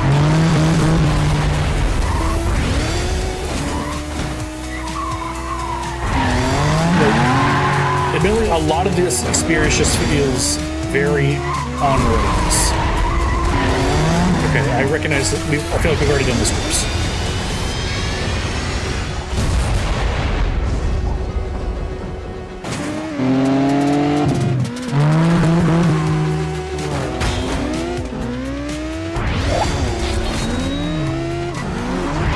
Yeah, this is a really short course. First place. Perfect. Recent Fast and Furious port. I remember that coming out, but I just don't remember anything about that port at all. That music that was licensed. No, I would. I'd believe it.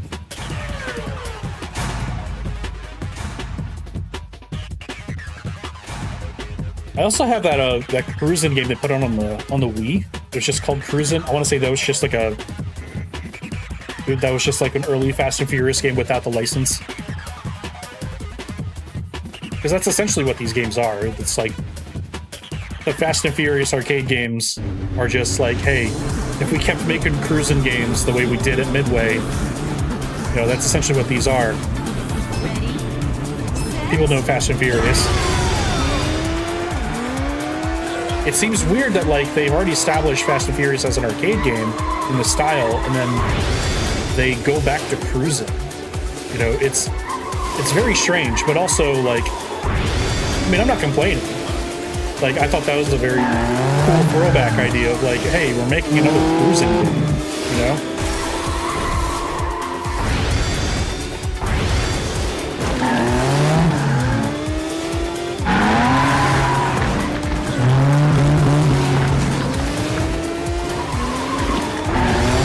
I feel like this is just like the culmination of everything they've learned from making those Fast and Furious games up to this point, you know? Sans motorcycles. And then they kept making more Fast and Furious arcade games, like there's a new one currently out there. I want to say that's what that most recent port is.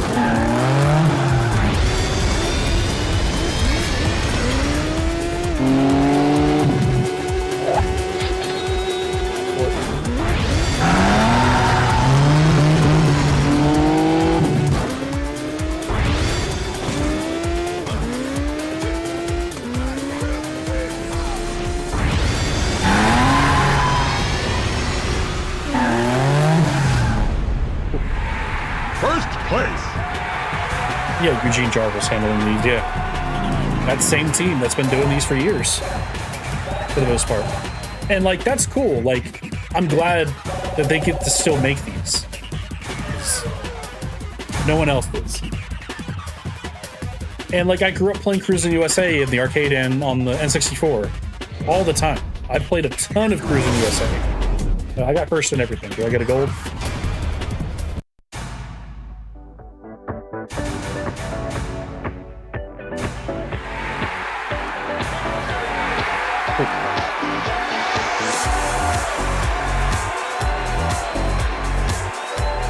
Cruising Exoticas, yeah. Just start popping up. I remember my first time seeing Cruis'n USA was at our local Fuddruckers before that shut down. And then we got it on N64 that Christmas. Oh, hell yeah. We got bikes.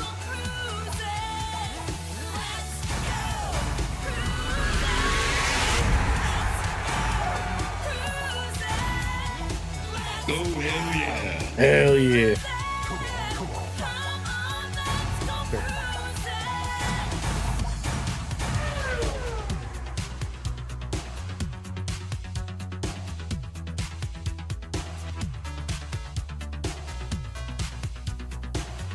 Yeah, Boogaloo Funk. We played Onrush earlier for about an hour. That game is really fun. We put Onrush at number 4 on the list.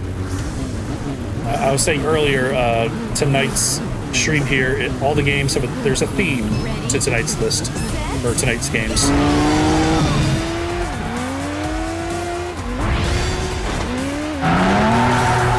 I got one more game lined up after this. Oh, fuck.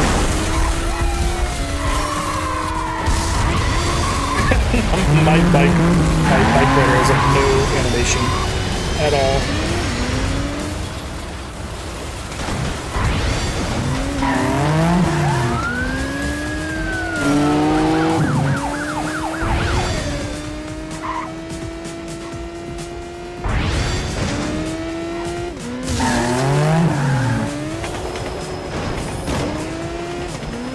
Oh, fuck, it's torque.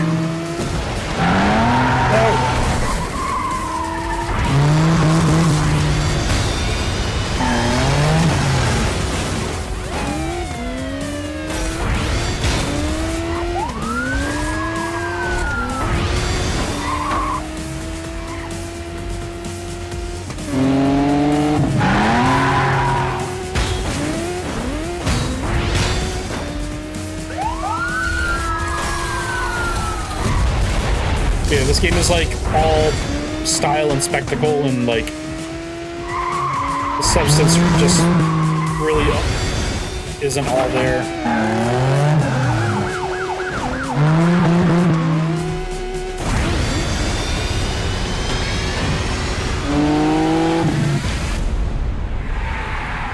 But I guess for this particular game, I guess that's okay. Strange how the Switch port came to being. I honestly thought this was never getting a home port. I mean, if it was definitely going to be Switch exclusive because Nintendo owns the trademark, copyright, whatever, to the Cruisin' name. That's why Nintendo's names are all over the cabinet.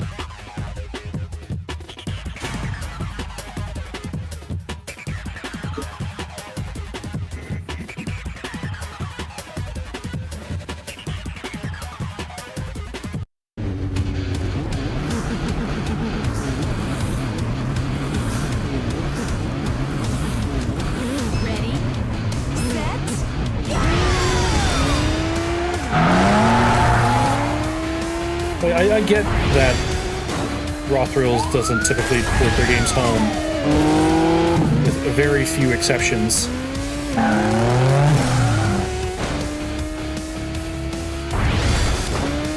Like on the Wii, we had Cruisin'. We also had that Wii version of Target Terror that Konami published. That was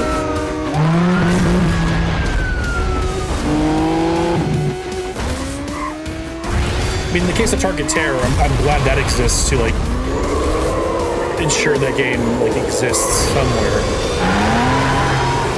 You know?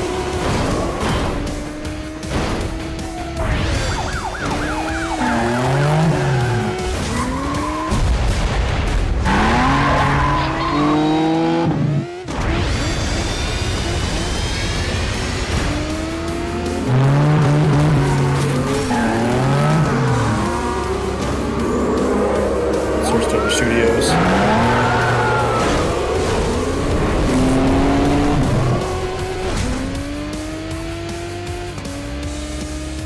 Like, I'm just reminded of a lot of the arcade ports that modern era arcade ports that we do end up actually having. So like Target Terror, I think like Ghost Squad on the Wii as well.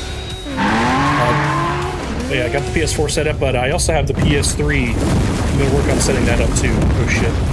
I'll work on setting up the PS3 so I can get some stuff off the PSN store. I'm very interested in those ports of House of the Dead 3 and 4.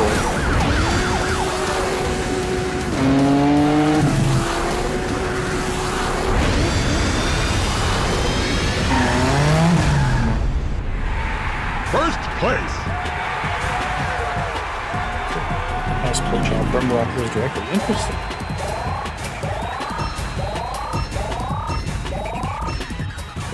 And then they also ported Big Buck Hunter to home on like the modern consoles too. If Daytona's on the PS3 store, I'll let you know. I still have my copy of Daytona, or my download Daytona on PS3 still going. It's still there. I want to say some stuff got delisted from Xbox, like Daytona and Jet Set Radio, but I want to say the PS3 versions were safe, I think. That'll be interesting to look into.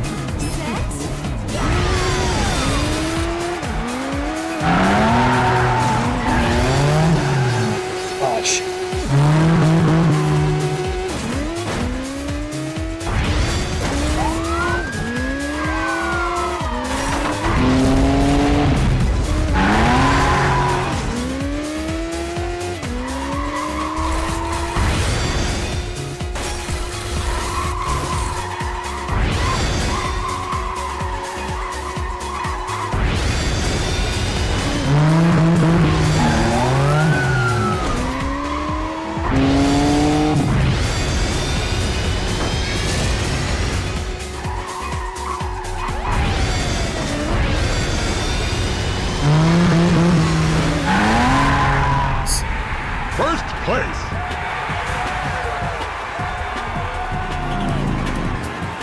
The fact that you had a code for online arcade that still worked is very impressive.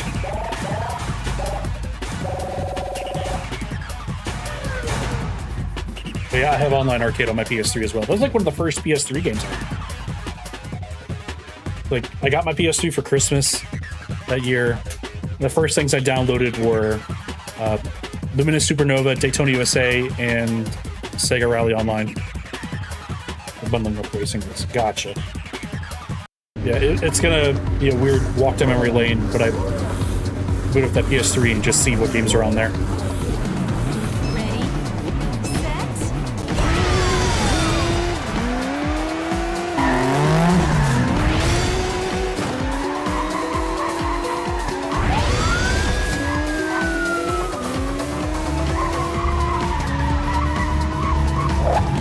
Ready, set. It was a weird awakening when I realized most of the games I have on my PS4, like purchases, were all PS Plus games. But I was also surprised, like, oh, I didn't know I actually owned this particular game. You know what I mean? Not a Plus game.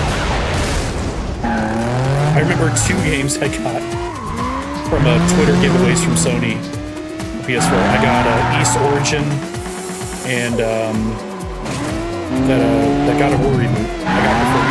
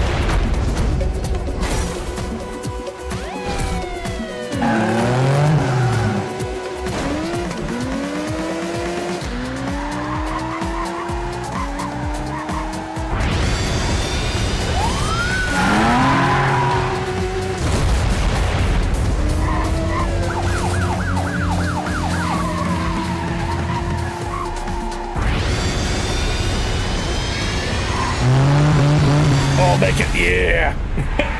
First place. Really good GTI Club. Yeah, I missed out on GTI Club and Afterburner Climax. Granted, I had no idea GTI Club existed back when it was available. I had no idea that was even a thing. Afterburner Climax, I'm kicking myself for not getting that.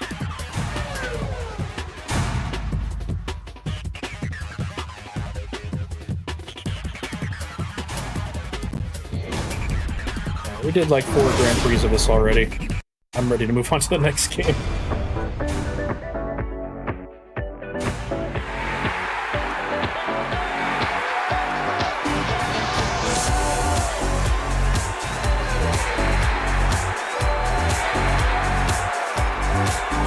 And yeah, I have that Wii port of GTI Club, and I love that game. I thought that game was really fun.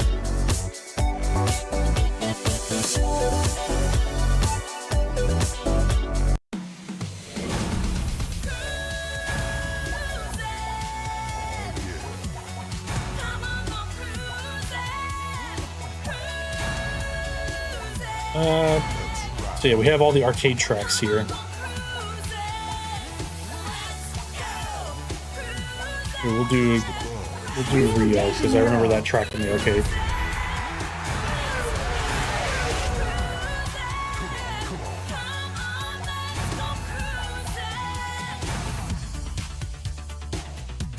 Sure, we'll put Neon on our F1 car.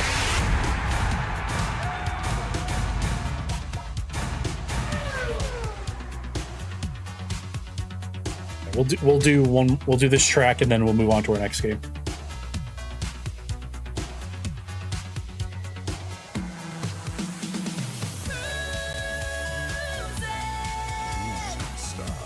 Welcome to Rio de Janeiro.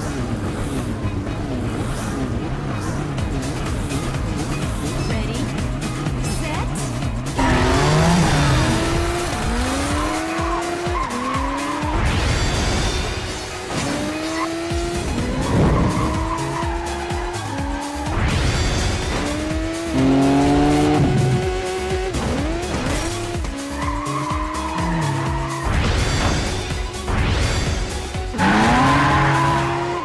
love how on this like sloped track my F1 car is not reacting. Like it's not changing its angle on the slope.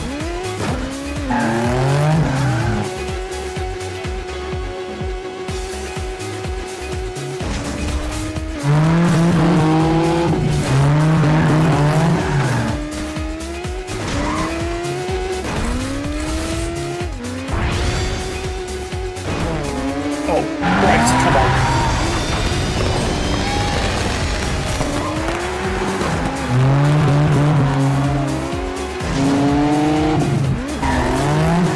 Remember there being parade floats. They can like barrel roll through.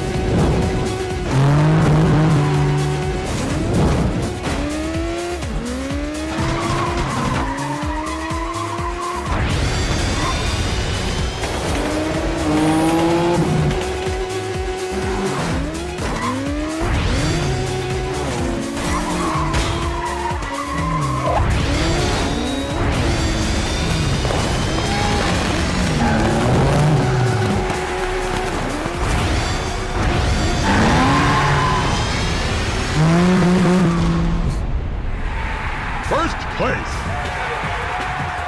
What a silly game.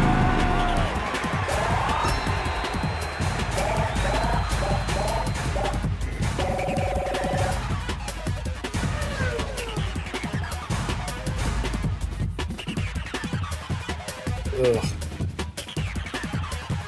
Like, I'm having fun with this game, but I'd rather be playing a different racing game.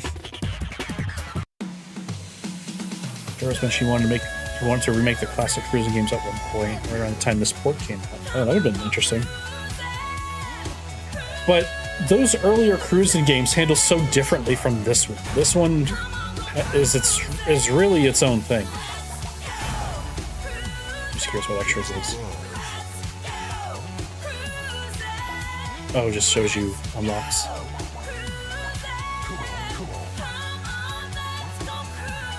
Why is the how to play screen under? No, you know what?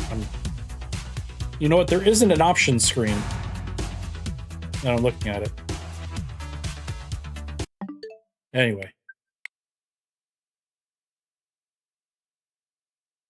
That's Cruise and Blast.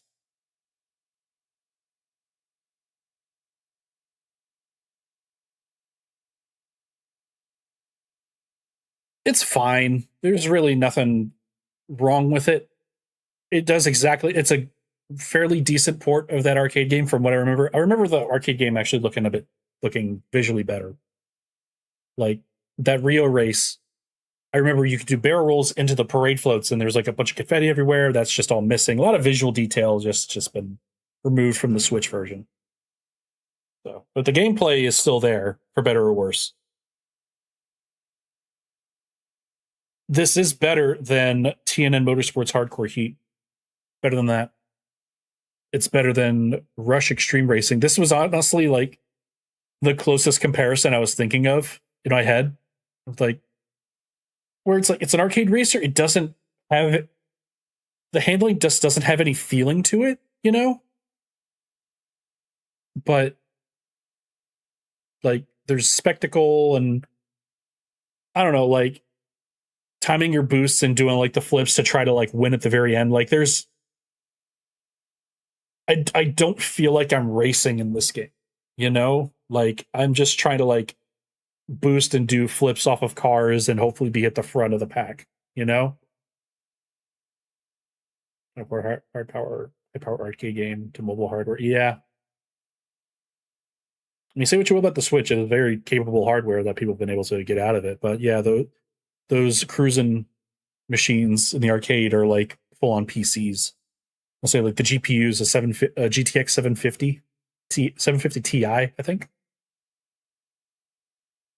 Yeah, cruising has always been about spectacle, but it's also very approachable. Anybody can play it and generally have a pretty fun time. I'd be lying if I said I wasn't having fun, but at the same time, I'd rather be playing something else.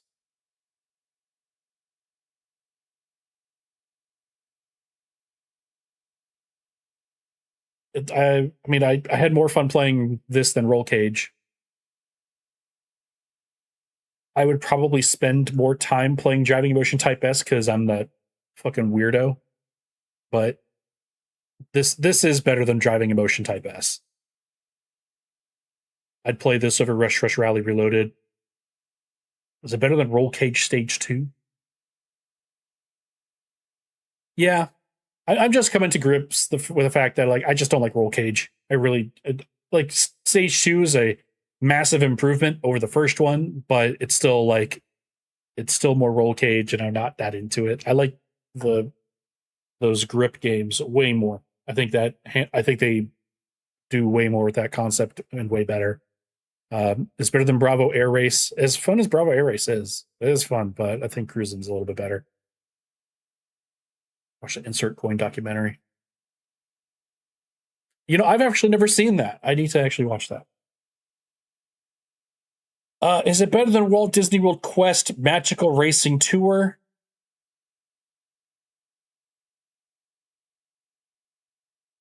Is it though?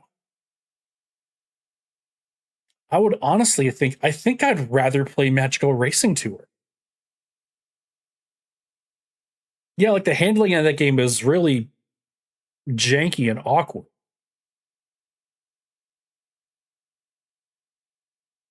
And like, I'm not saying Magical Racing Tour has spectacle, but I'm more into what it's doing than what Cruise and Blast is doing.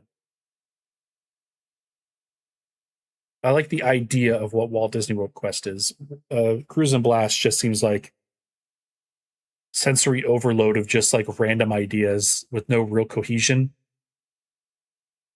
But that's cruising. That's always been cruising. Except like you have Cruising USA where it's like you're driving across the USA. There's your game right there. And I'm like, cool, awesome, love that.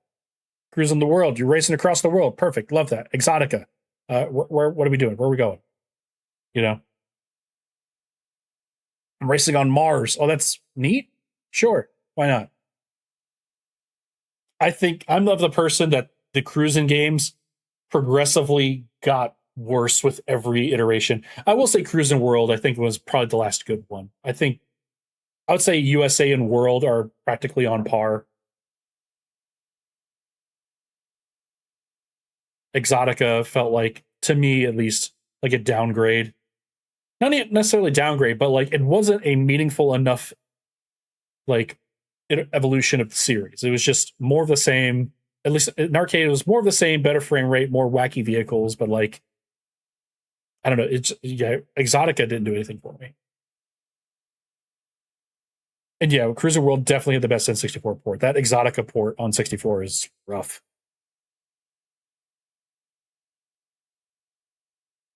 I don't know, my heart says I'd rather play Magical Racing Tour. But I don't know, part of me is thinking like, Cruising World or Cruising Blast technically may be a better game.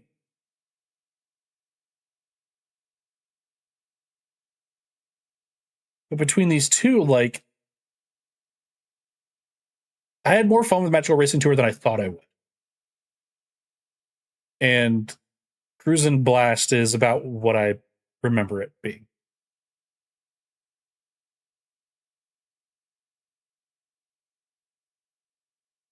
But the handling is definitely more janky Magical Racing Tour. But I liked what it was doing a bit more.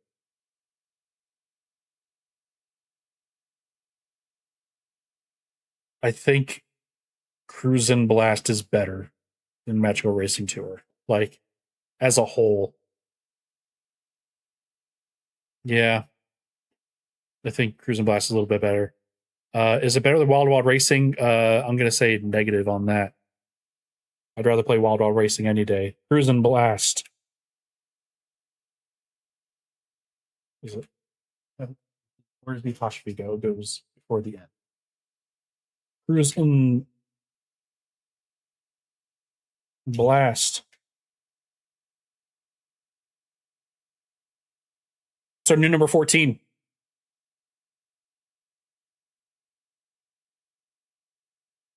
Wild Wild Racing losing its footing in the middle of the pack, but it's still still decent. I think we've just played more good racing games than we have bad ones.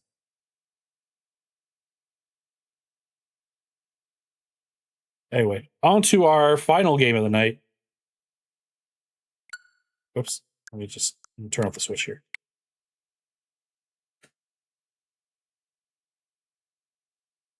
Again, we have a theme for tonight's stream.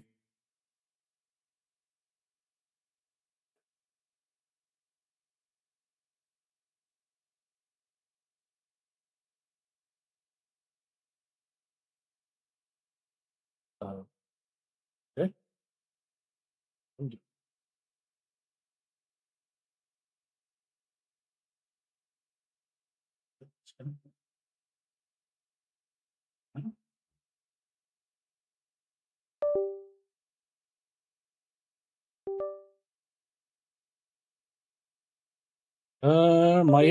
There we go. Okay, we're good. Resync, remap all this stuff. Our next game tonight had versions on the PlayStation 2 and the PSP. We are playing the PlayStation 2 version of MotorStorm Arctic Edge. But in the case of tonight's theme, we're channeling the PSP version. But in terms of compatibility and convenience, we are playing the PS2 version. Virtually identical as far as I'm aware, but we'll try the PSP version. We'll do a race in the PSP version after this, just to cover all of our base.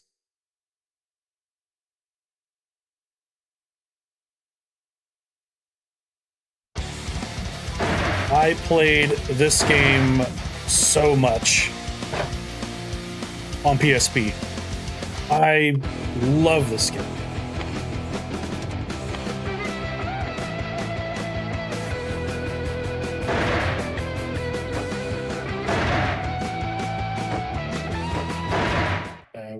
This will be claimed. That is fine. I do not care.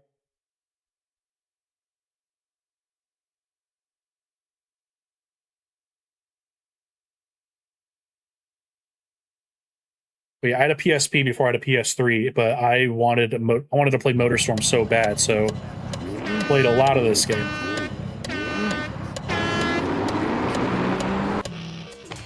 This. Okay, we don't have.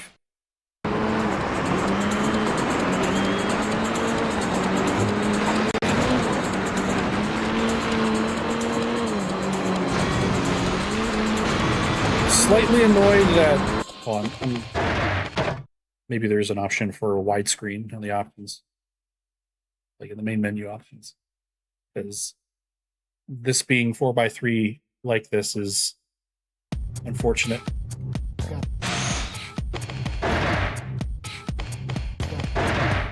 There's no options for widescreen. That's unfortunate. But the PSP version is widescreen. So we'll play what we can at this.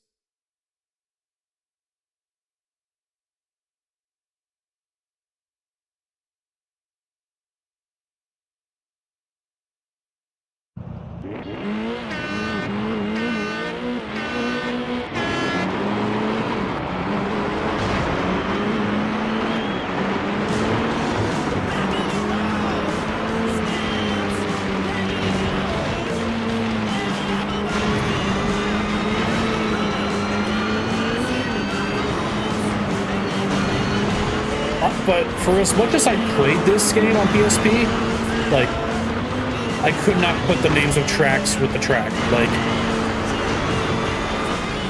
if you're like, oh, what's your favorite track? I'm like, I don't know the names of the tracks.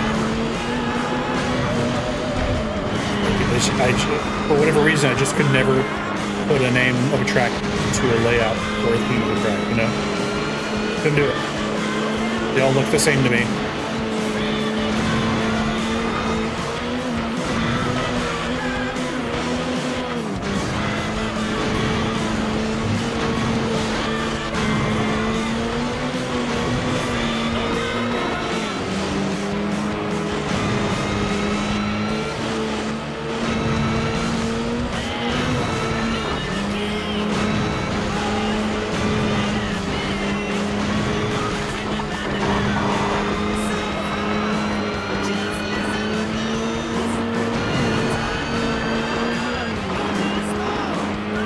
Get this going to widescreen on PS2 BIOS and 17 type setting to 16. Okay. I think I have it that way already, though. Aspect ratio 16:9. Oh, no, I fucked up. Here, I'll finish this race and then I'll reboot the emulator.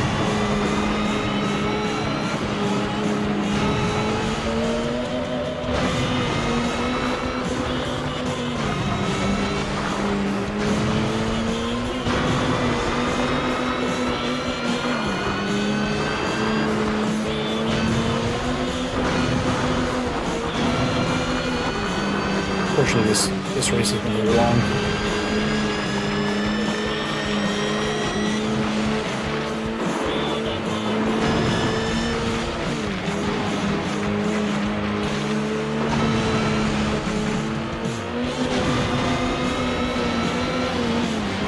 And I know, I mean, that's a very Sony thing. Like, even on the PS3 era, where, like, you can, like, force resolutions for different games in the system settings.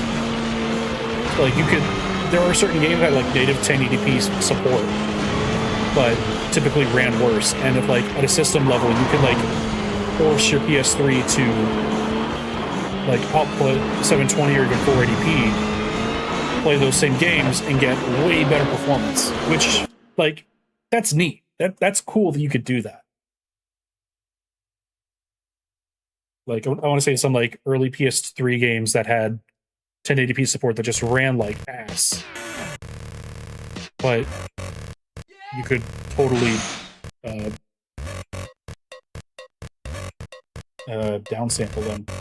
Not downsample, but you know what I mean. Okay. Settings, emulation, graphics, widescreen. All right. Reboot.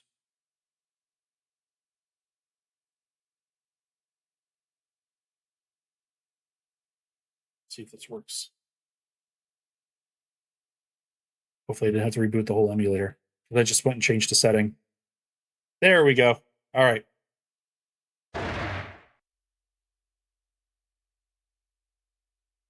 Excellent.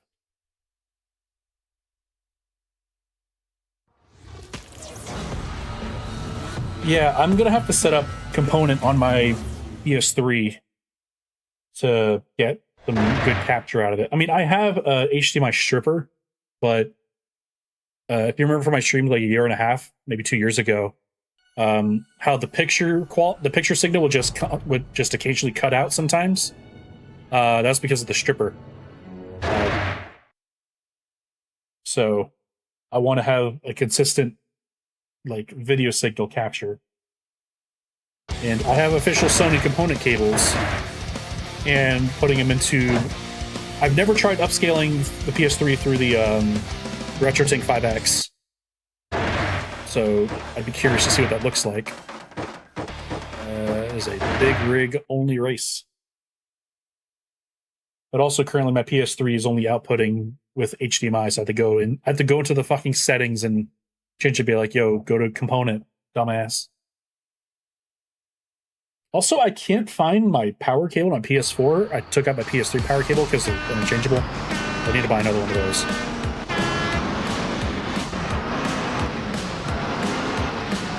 I'm playing this in widescreen, native widescreen. This also upscales really nicely.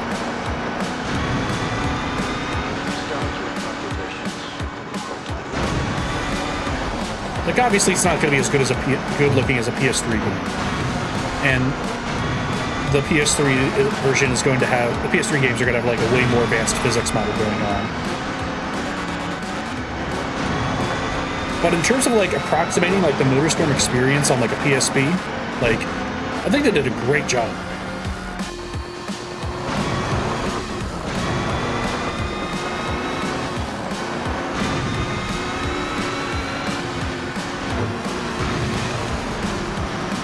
Now that I'm getting my PS3 hooked up, but I can't wait to start playing those old MotorStorm games again.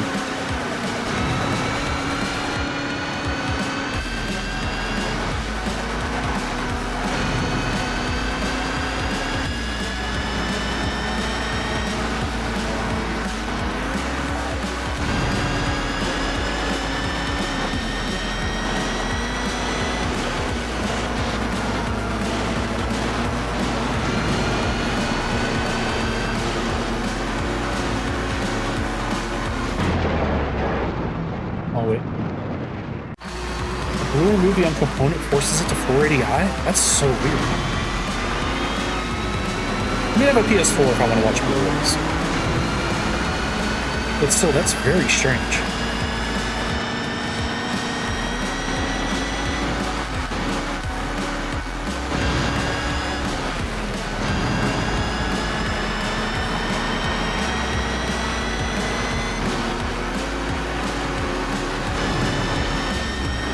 I do have Gran Turismo 5. I owned Gran Turismo 6 for a hot minute, but I had a sealed copy of GT6 I got on Black Friday years ago, because I'm like, yeah, I might as well. But I never got around to playing it and was sold it. But now, I mean, now I just want to play GT7. I want to try to look for a PS4 copy of Gran Turismo 7. Because, like, the game is feature parity along with the PS5 version, and visually they're like, I'm not going to say identical. The PS5 version is probably difficult to look better, but like, as long as they both run at 60, I don't care. Oops, to not copy the video off the resolution easily. Yeah. Still, what a strange thing.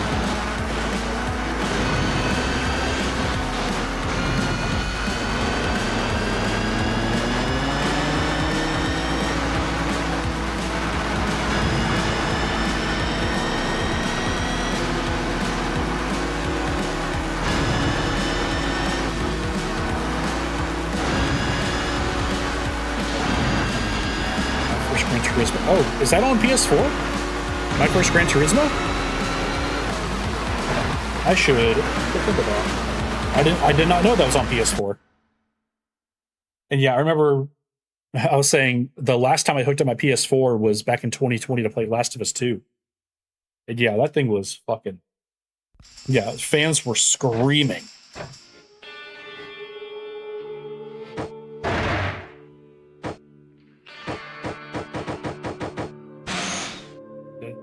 It's just another big Greek race.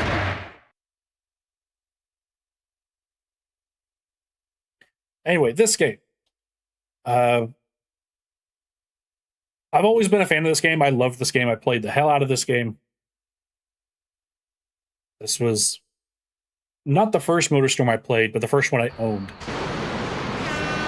And just finally having a MotorStorm without having a PS3 meant a lot. And the fact that it was able to like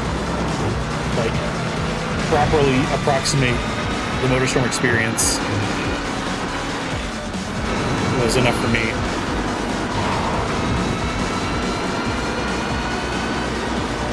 It's like taking handbrake turns, and then just boosting out of them.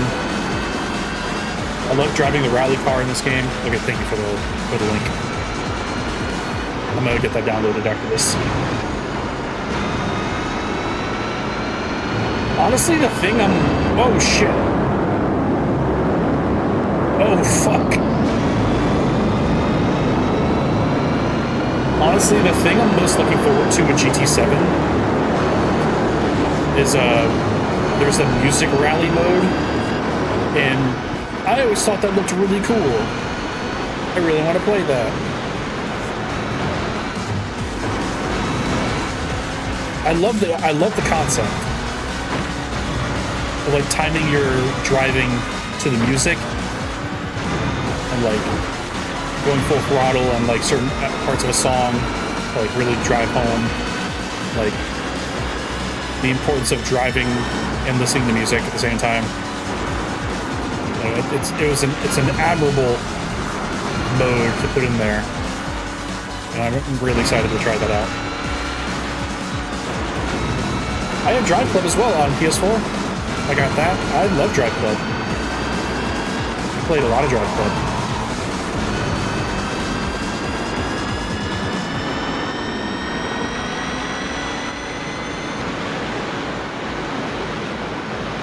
I bought the full version when it came out.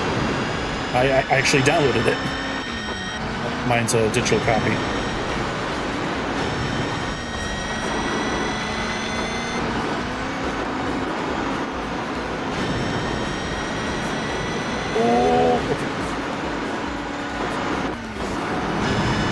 I really wish I'd gotten Drive Club bikes now it's available.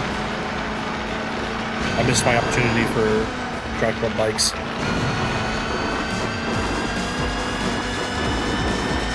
I know my buddy Josh, Executioner in chat, he was pushing me. He was like, you should really get these. They're going to go away. You should get them. I'm like, yeah, I know, I need to. And I just never did because money's tight, you know? He was the one that really pushed me to like, yo, you gotta play Onrush. You gotta play Onrush. I'm like, I know. And I eventually did, and I'm glad I did when the online servers were still happening because that game is real good playing it online. And sadly, those servers have been long gone.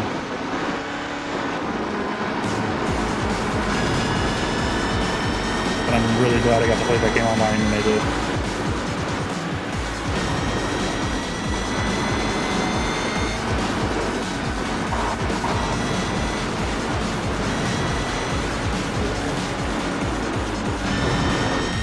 Did it again.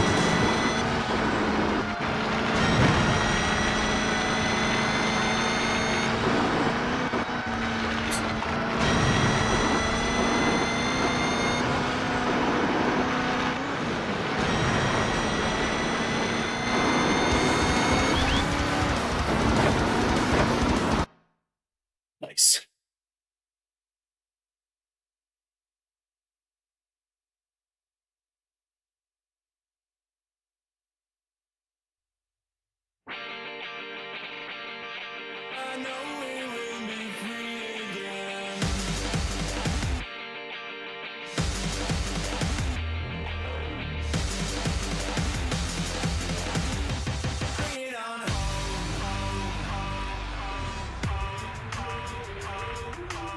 Little grasshopper looking motherfucker on my little couch there.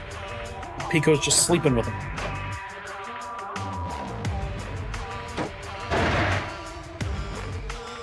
A speed race. Just to checkpoint gates at high speed, don't run out of time, pass all the gates. As opposed to what other kind of race? In this race, you gotta go fast. No way.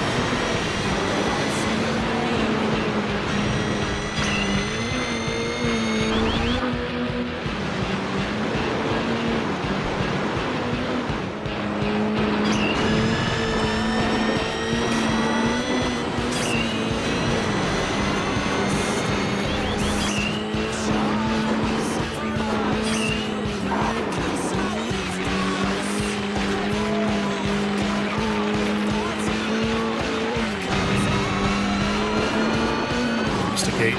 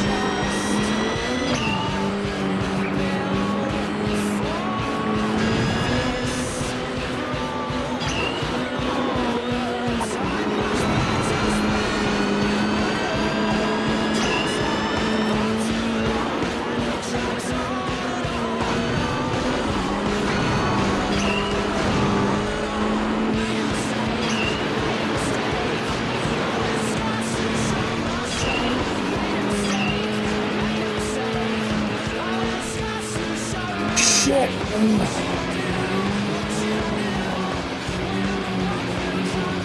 Damn it!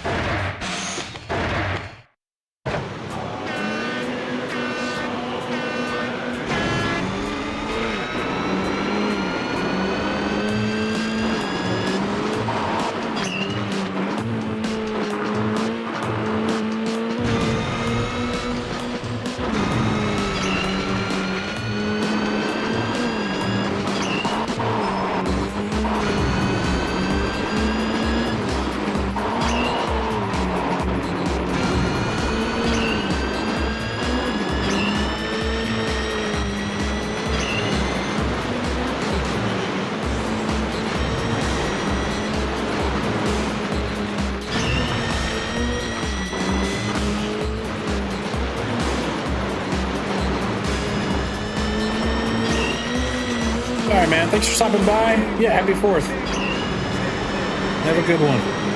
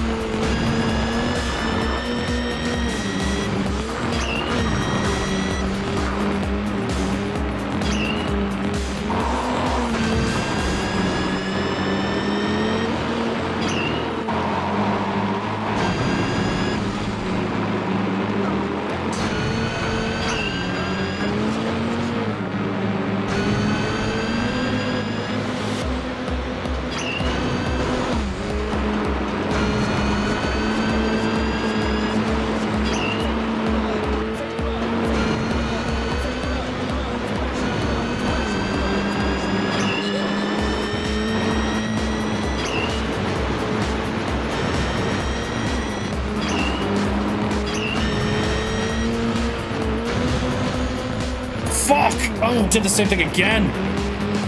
Oh my god.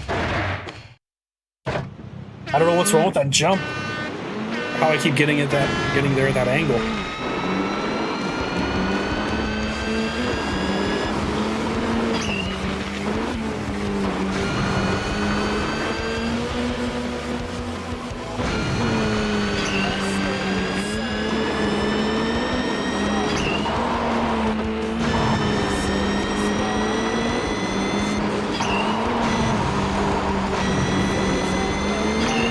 It's good if the game is as fun to play as it is.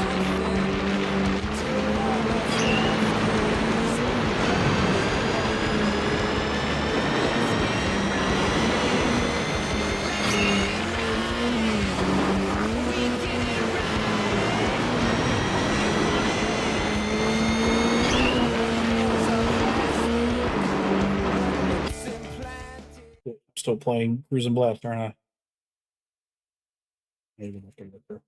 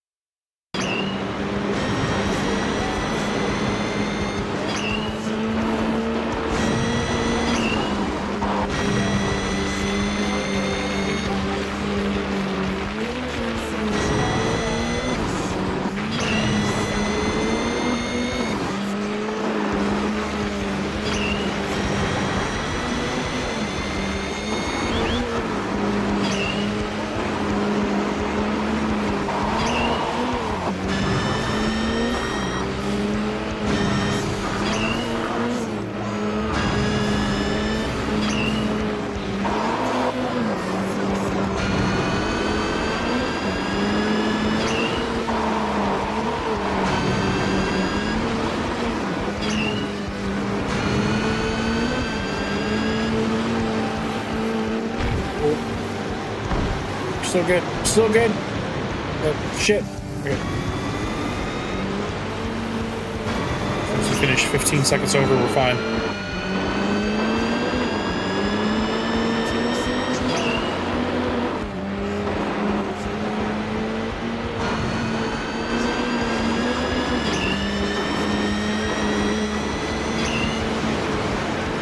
Alright. Here's the jump. Let's fuck this over. Alright. Cool. We're good.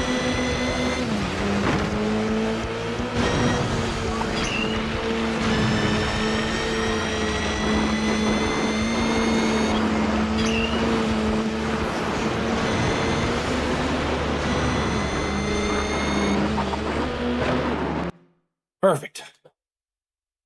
I guess it really didn't matter if we missed that. Oh well. It would have mattered to me.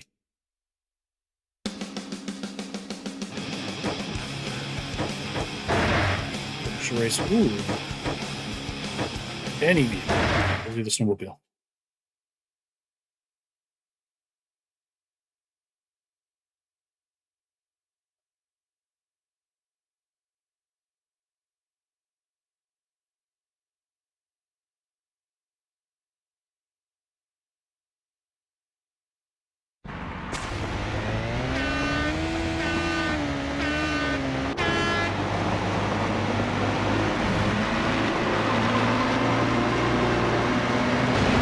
Oh, God.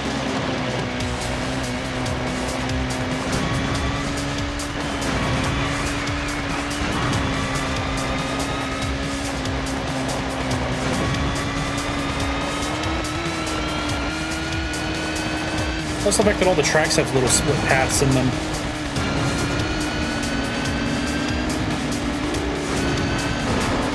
All the split paths are like meant for like different types of terrain, so like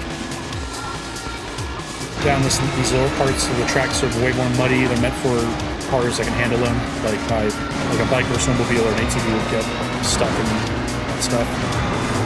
They go really slow. So the smaller vehicles, Jesus. The lighter vehicles, you want to take the higher route above everything. Yeah, there's like a shorter, lower path, but the mud will slow me down. Oop. Good, good.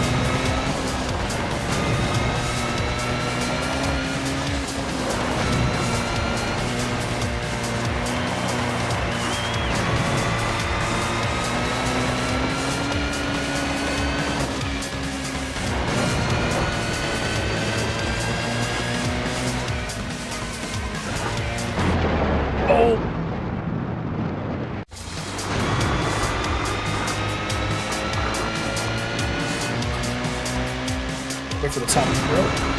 Or at least to put us there. Oh! Barrel roll!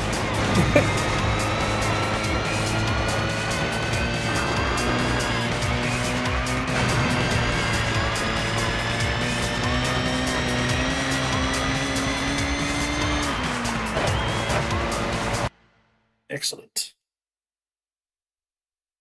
And as you progress, you'll not only unlock vehicle types, but also more vehicles for those individual vehicle types. So there's like, I want to say like 3 different rally cars.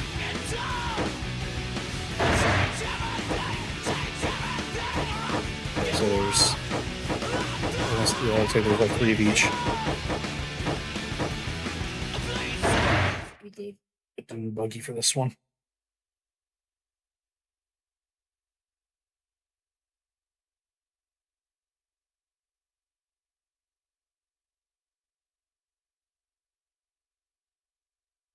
We'll do like 2 more races and then play 1 race of the PSP one.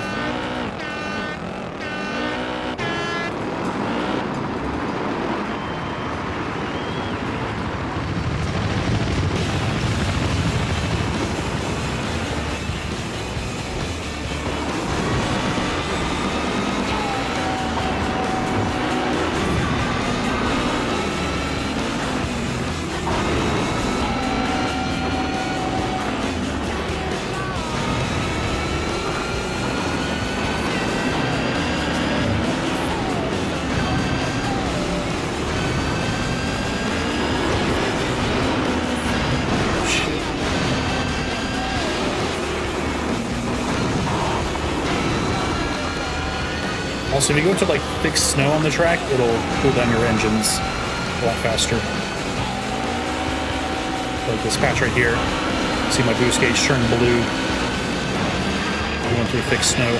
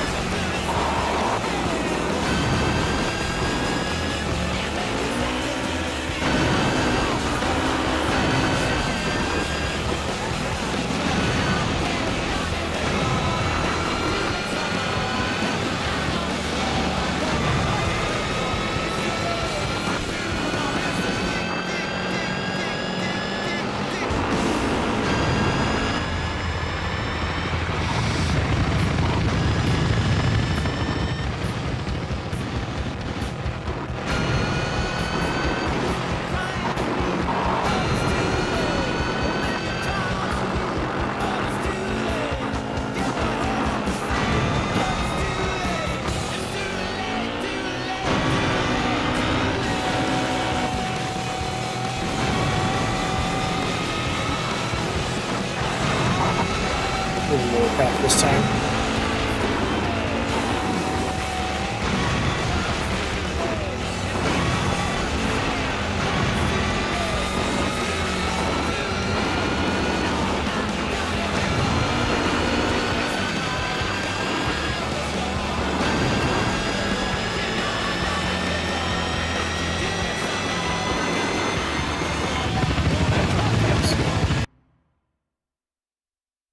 It's nice you can get in and out of races pretty quickly. I do like that.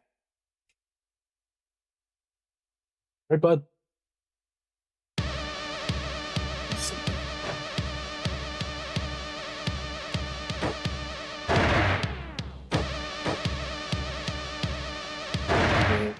We'll do the snow plugger.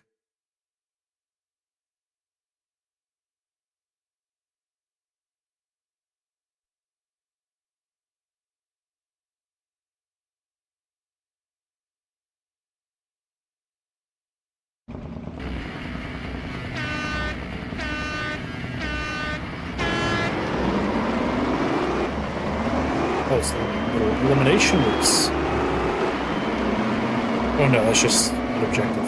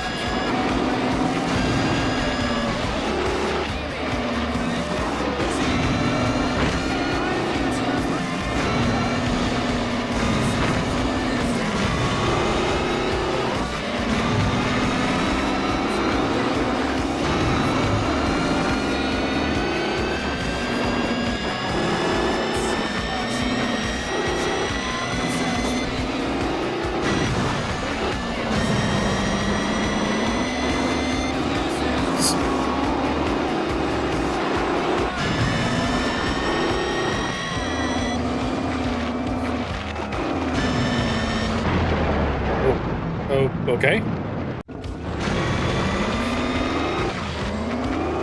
So that was hard enough.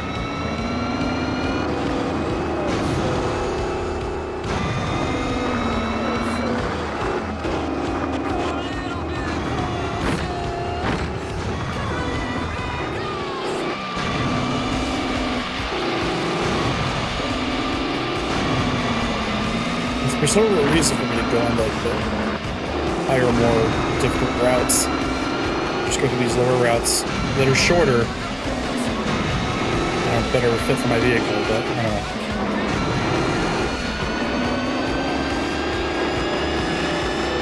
Sometimes you just like to drive on what's in front of you. Oh, fuck, fuck, fuck, fuck, fuck.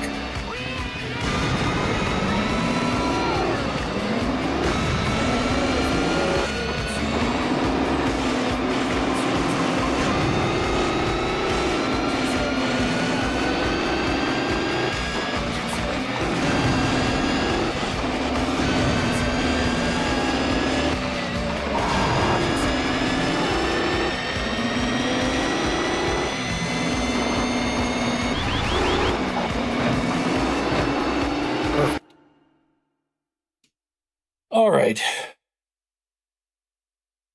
I'm going to rank this one highly because, like, I know I hadn't much to say about this one. This is, like, one of my personal favorite racing games. Got some stuff. I like the handling. The track designs are fun and varied. For a PSP game, it looks great. Obviously, we're playing a PS2 version, so you can definitely tell, like, some things about it that are definitely a PSP game. But for the sake of this here stream, we're going to play one race on the PSP version.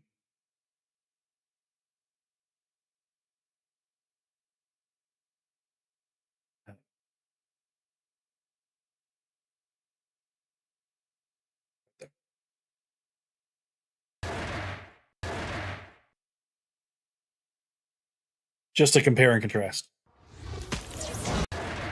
This game was designed specifically for the PSP.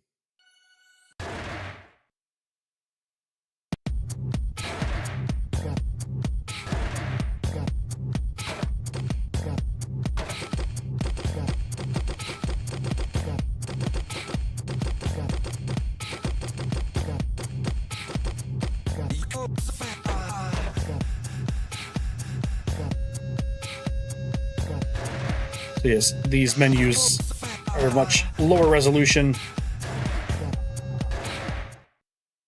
Oh, we gotta change these controls.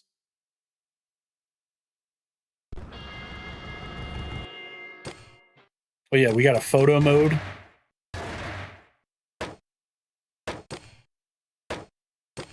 Steering. Okay.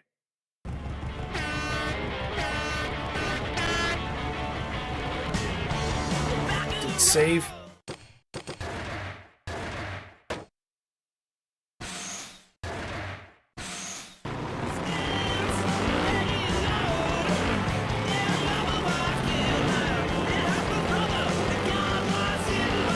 The field of view on PSP definitely a lot better. I'd also say this like scales, like UI doesn't scale right, but like everything else looks really damn good.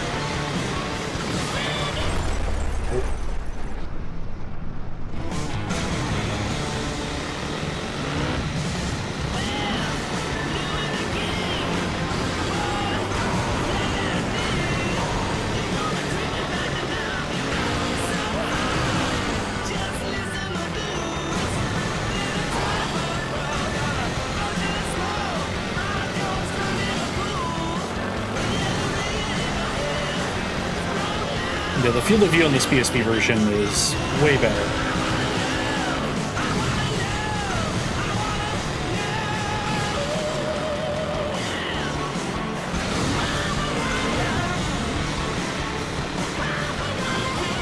Which definitely like fits better for the platform. But either way, like I don't think you can't go wrong with either version. PSP 1 has a photo mode and online play, which online play has been dead for years. And photo mode, you know, if that's your thing, that's in there. The PS2 version adds 4-player split screen.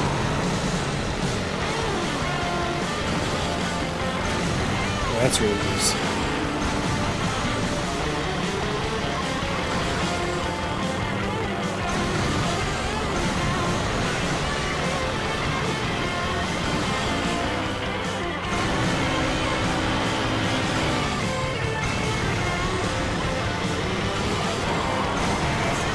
Final lap here.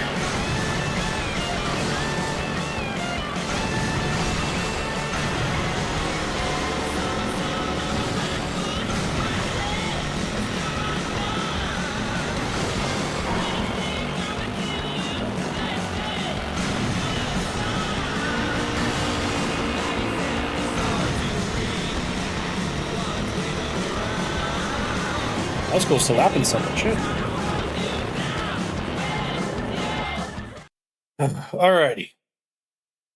That is MotorStorm Arctic Edge on both the PSP and the PlayStation 2.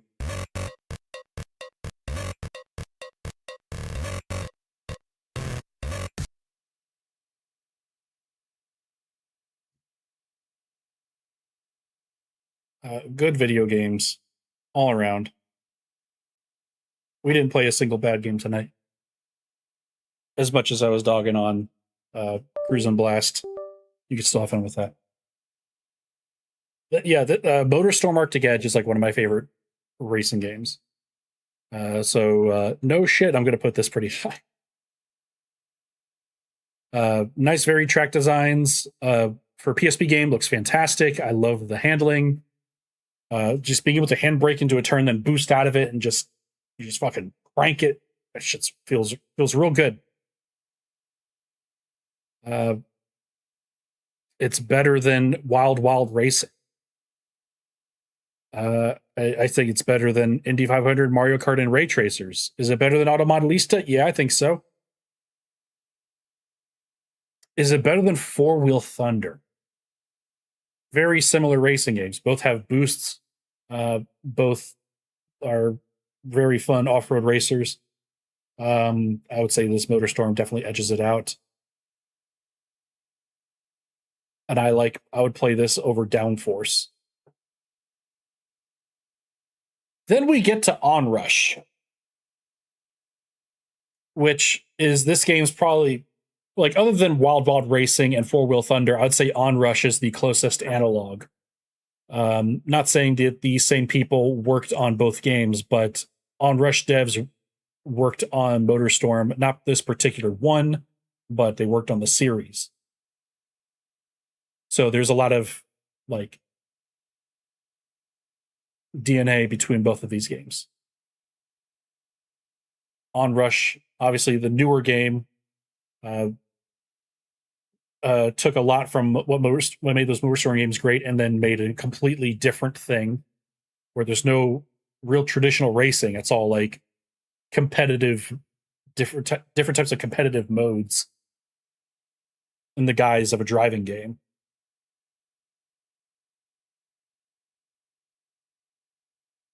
I would say it comes down to like, do I prefer, like, which would I prefer? Well, obviously, it comes down to which I prefer playing.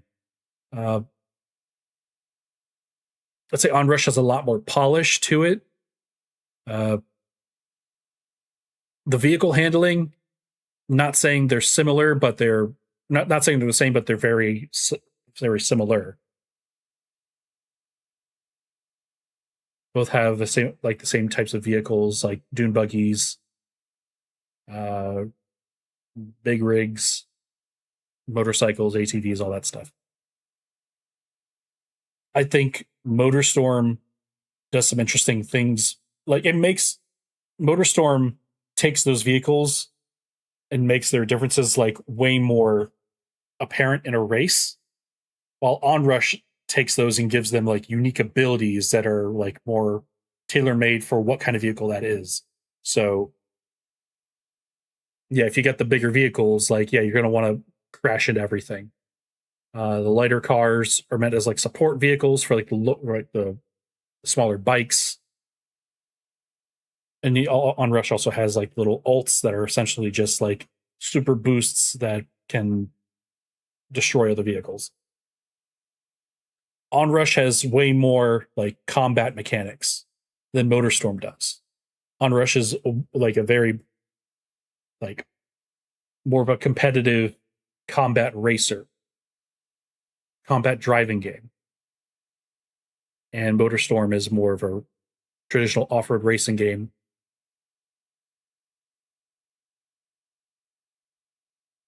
That's tough. I would say, not counting MotorStorm RC, Arctic Edge is probably the worst MotorStorm game. That's not to say it's bad; they're all good. But I mean, the PS3 MotorStorm games I think are way better.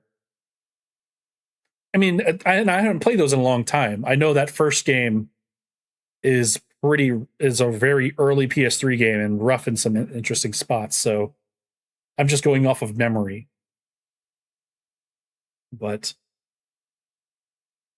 that'll be interesting to rank how all the MotorStorm games fare on here.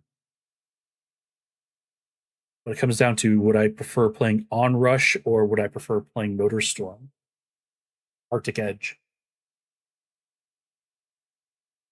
I think in this particular instance, I think I would take other MotorStorm games over Onrush for sure. But I don't know if I would take this MotorStorm Arctic Edge over Onrush. I'm struggling with that pretty hard. That's tough.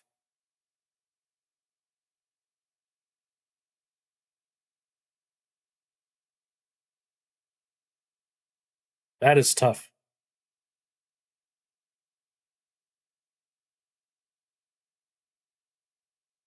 I think the driving mechanics and the physics are way more refined in Onrush, and that is such a pivotal, crucial part to those MotorStorm games. And this being on lesser hardware, that is definitely a downside, and that's such a massive part of those games. MotorStorm will get its comeuppance with the other editions, with the other iterations in that series, but I think right now, I think Arctic Edge, I think Onrush just barely edges out MotorStorm Arctic Edge.